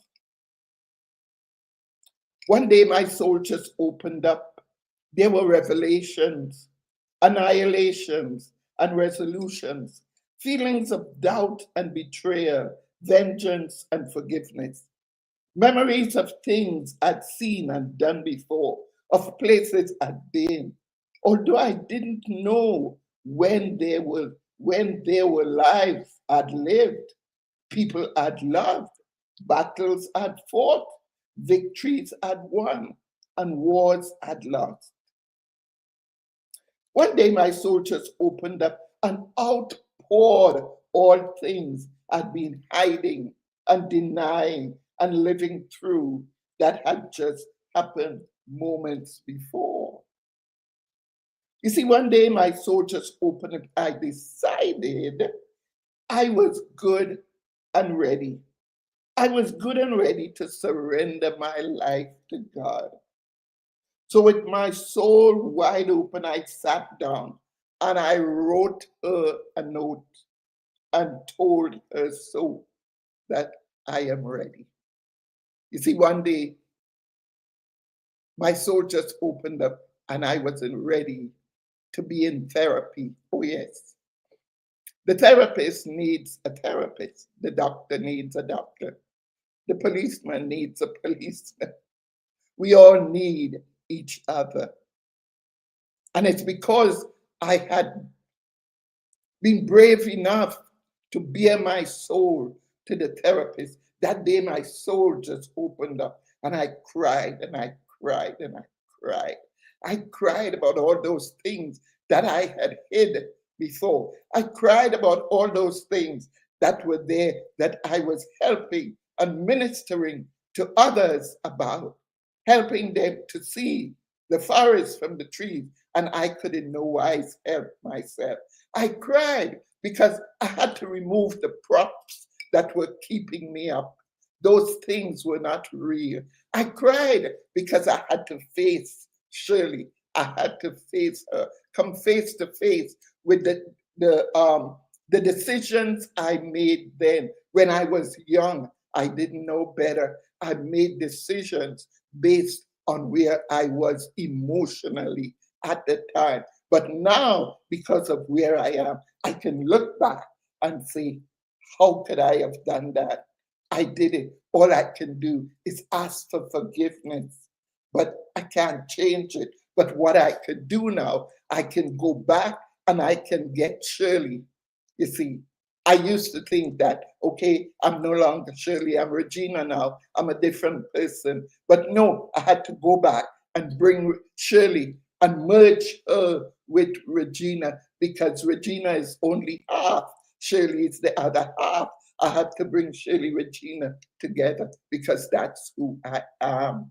And I had to forgive Shirley and bring her back and embrace her and love her and let her know how much she means to me and that she's free now. She's no longer bound, that she's free, and that she did what she did there back then because it was the best she knew how to do. I had to give Shirley some grace and some mercy. So today, the tears are dry. Although I do still have tears as I see the state of my husband in hospice. But still, I leave him in hospice and I move on to do God's work because people are depending on me. I can't sit by his bedside 24 hours. I go to see how he is, but I have to stay focused now and do that what I was sent here to do, because there's a tribe that's waiting on me. People are waiting on me. And today I'm honored for that. Can you believe that? I'm honored for that. I give God thanks for everything. See it on me. Say thank you. Because this is what keeps me going. It's my life now. And yes, I care about my husband, but I also care about my wife. My husband is in God's hand. He'll take care of it. But I was sent here to make my why a reality. And that I am committed to doing. Heaven bless you. Let's continue. Let's continue to do the work that we were sent here to do. That knowing that our mental health is our wealth, that it's all in the mind, and that this mind that you have, the world didn't give it to you, and the world can't mess your mind up unless you allow it to. So stay focused, and be the awesome person, the game changer that you are here to be. It's all about transformative thinking and living, and you're here to make a shift, not only a shift in your life, but in a shift in the lives of those who are depending on you. I need you. I can't do this alone. It's too much for me to do alone. And I don't have the capacity and the capability to do it on my own. But that which I do have, I am willing to share with you. I'm willing to share. God bless you. Until October 10th, 2026, World Mental Health Day.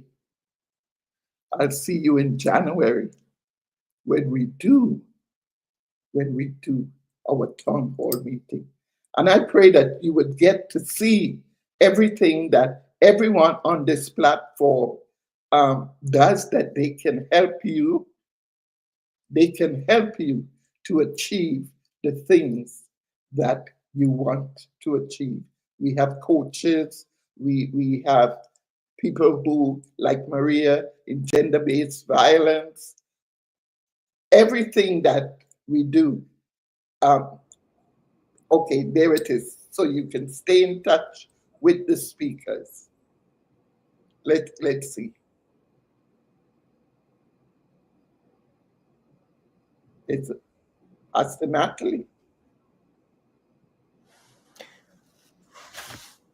She's there for you. Dr. Jerry.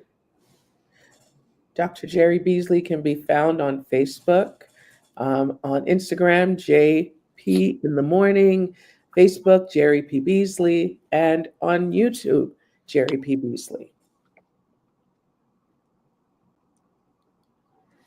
Dr. Rudolph, my eyes, Hall. It's a little small, but if Doctor, can you tell us your tags where we can find you online on social media?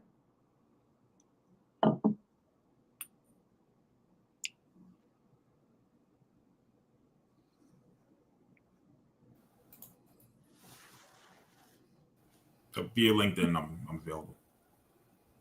Okay. And I'm sure these will be posted to your website, to your page, Dr. Robertson, at the conclusion. All of what's coming up, books and all of that, including the Seafarers video.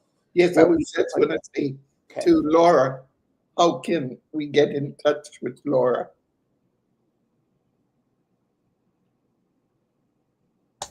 Can you hear me? Yes, I can, Dr. Robertson. Thank you. So we have a website, www.seafarershouse.org, and we also have all the social media channels. So I will send those to Nichelle so that she can add them. Okay. We have Facebook, LinkedIn, YouTube, Instagram, or even on TikTok. Because as you can imagine, so many of our seafarers are, all different ages. So they're pretty much highlighting all the different social medias that are out there, and their families are plugged in as well. So another way that we can send pictures home to them. Okay. Shayla said everything will be posted on New Dimensions website on this summit, that everyone will have a page posted about what they do. Pastor Green had a book there. We didn't get to say the title of. Okay. Yes, I can. You can Google. You can simply Google Natalie B. Green, or you can go to nataliebgreen.com and find out more about how to reach me. But yes, I do have Get Out of That Box, Unleash the Giant in You. And my most recent release is 10 Superpowers of Effective Leaders, Neutralizing Toxicity and Team Culture. So it's been a complete honor to be here. I am just overwhelmed. Thank you all. Awesome.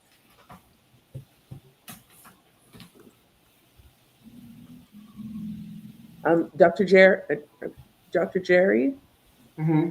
If we could just go through, everyone, can you tell? I guess we'll start with Maria. We can just quickly go through and say how you can reach us, and if we want more information and how to connect with you, starting from Dr. Maria. Thank you, Madam Moderator. I tell you, when I earn my doctorate, you are coming to the party. I'm coming. So basically, you can reach us as Hope for Her Global through our website, which is www.hopeforherglobal.org, or you can also email me for any services, whether it's keynoting, sharing, facilitation of workshops at maria@hopeforherglobal.org. Our telephone number is 972-781-8842. And you can also reach us on WhatsApp through the same number, 972-781-8842. And I believe in the spirit of oneness. And thank you, Tatenda, Santi Sana, merci beaucoup. And together we rise. Awesome. Next, Dr. Jerry. Sure. You can contact me. You can hear me Monday through Fridays at kcohradio.com. That's kcohradio.com, Monday through Friday from 8 a.m. to 10 a.m. Also, you can contact me at jerrypbeasley.com, jerrypbeasley.com. And I've had a wonderful time with each and every one of you on today. I also want to know where the Seafarer House is because I want to take a visit. All right. So we did we did Pastor Green. Joanne Mayo, can you tell us how we can reach you if we need some business solutions and some Yes, specific, you may. Thank you all for the opportunity again to be able to share and to hear the valuable information that from each and every one. So you can reach me by website at S as in Sam, FIgrowthstrategist.com. So SFIgrowthstrategist.com. Instagram, Growth Strategist Coach. Growth Strategist Coach. My phone number is 804-397-1882. And on Facebook as Strategic Foresight Initiatives, LLC. Thank you. Thank you. All right. And Lana, how can It's we okay. Thank you. Okay, so I'm on LinkedIn. It's at Lana Carbonell altogether. And my cell is 954-325-4373. To answer Dr. Jerry, we are located inside of Port Everglades. We are right across from Terminal 18, and we're in a blue and white building. And we would love to have you come. We would love to give you a tour, take you on a ship visit. And I would love to be on your radio show. I would love to have you. Yeah. I also have a training company called Train to Gain. So love customer service, giving back, leadership, training. And I also have just to plug the shape, I also have my chaplaincy in C-suite. So love doing that as well.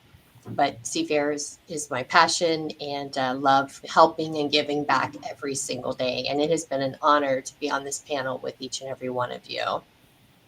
Thank you. We'll reach out. Thank you. And last but not least, sir.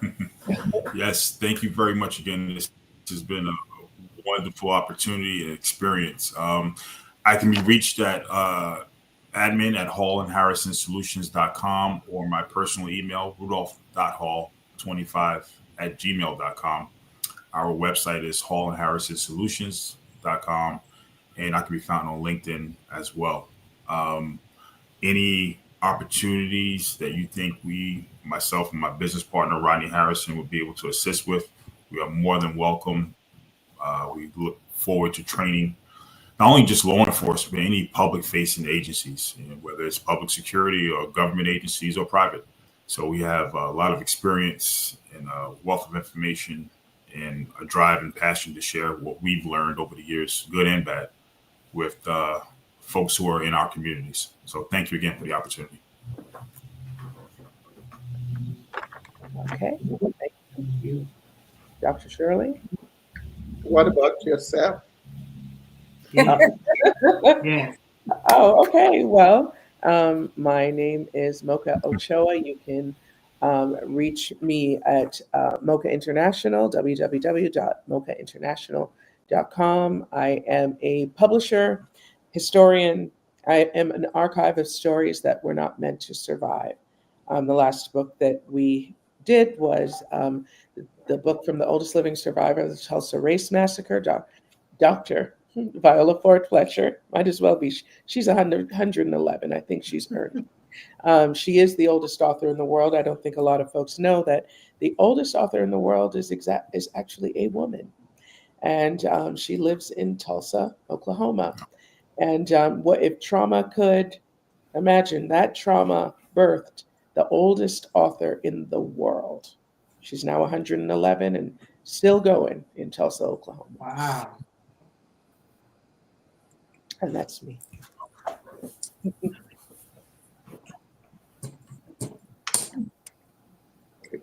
Okay, am I rapping or are you rapping or? Okay, I am. I know I'm waiting for you to wrap. Well, thank you everyone for your time, and we are so glad that you joined us today. Please, please, please, if you took anything from this talk today, your mental health is important. Your self-care is important. Restoration is important. There are some times when it's FOMO and JOMO, fear of missing out, but really there's a joy in missing out sometimes. You don't have to be at every event. You don't have to be, there's sometimes just sitting at home and being okay and being with yourself with a cup of tea in your bed and some Netflix is just fine. So we hope that you take the time to do something special for yourself today. And we thank every single panelist that came and shared with us, shared their stories, shared their whys, and encouraged us. And please feel free to reach out to each and every one of these dynamic professionals because they have so much to give. But keep in mind, give them some time to rest as well. God bless you. We love you. Enjoy the rest. Thank you, Mocha. You've been amazing. Awesome job. Thank you. Thank you.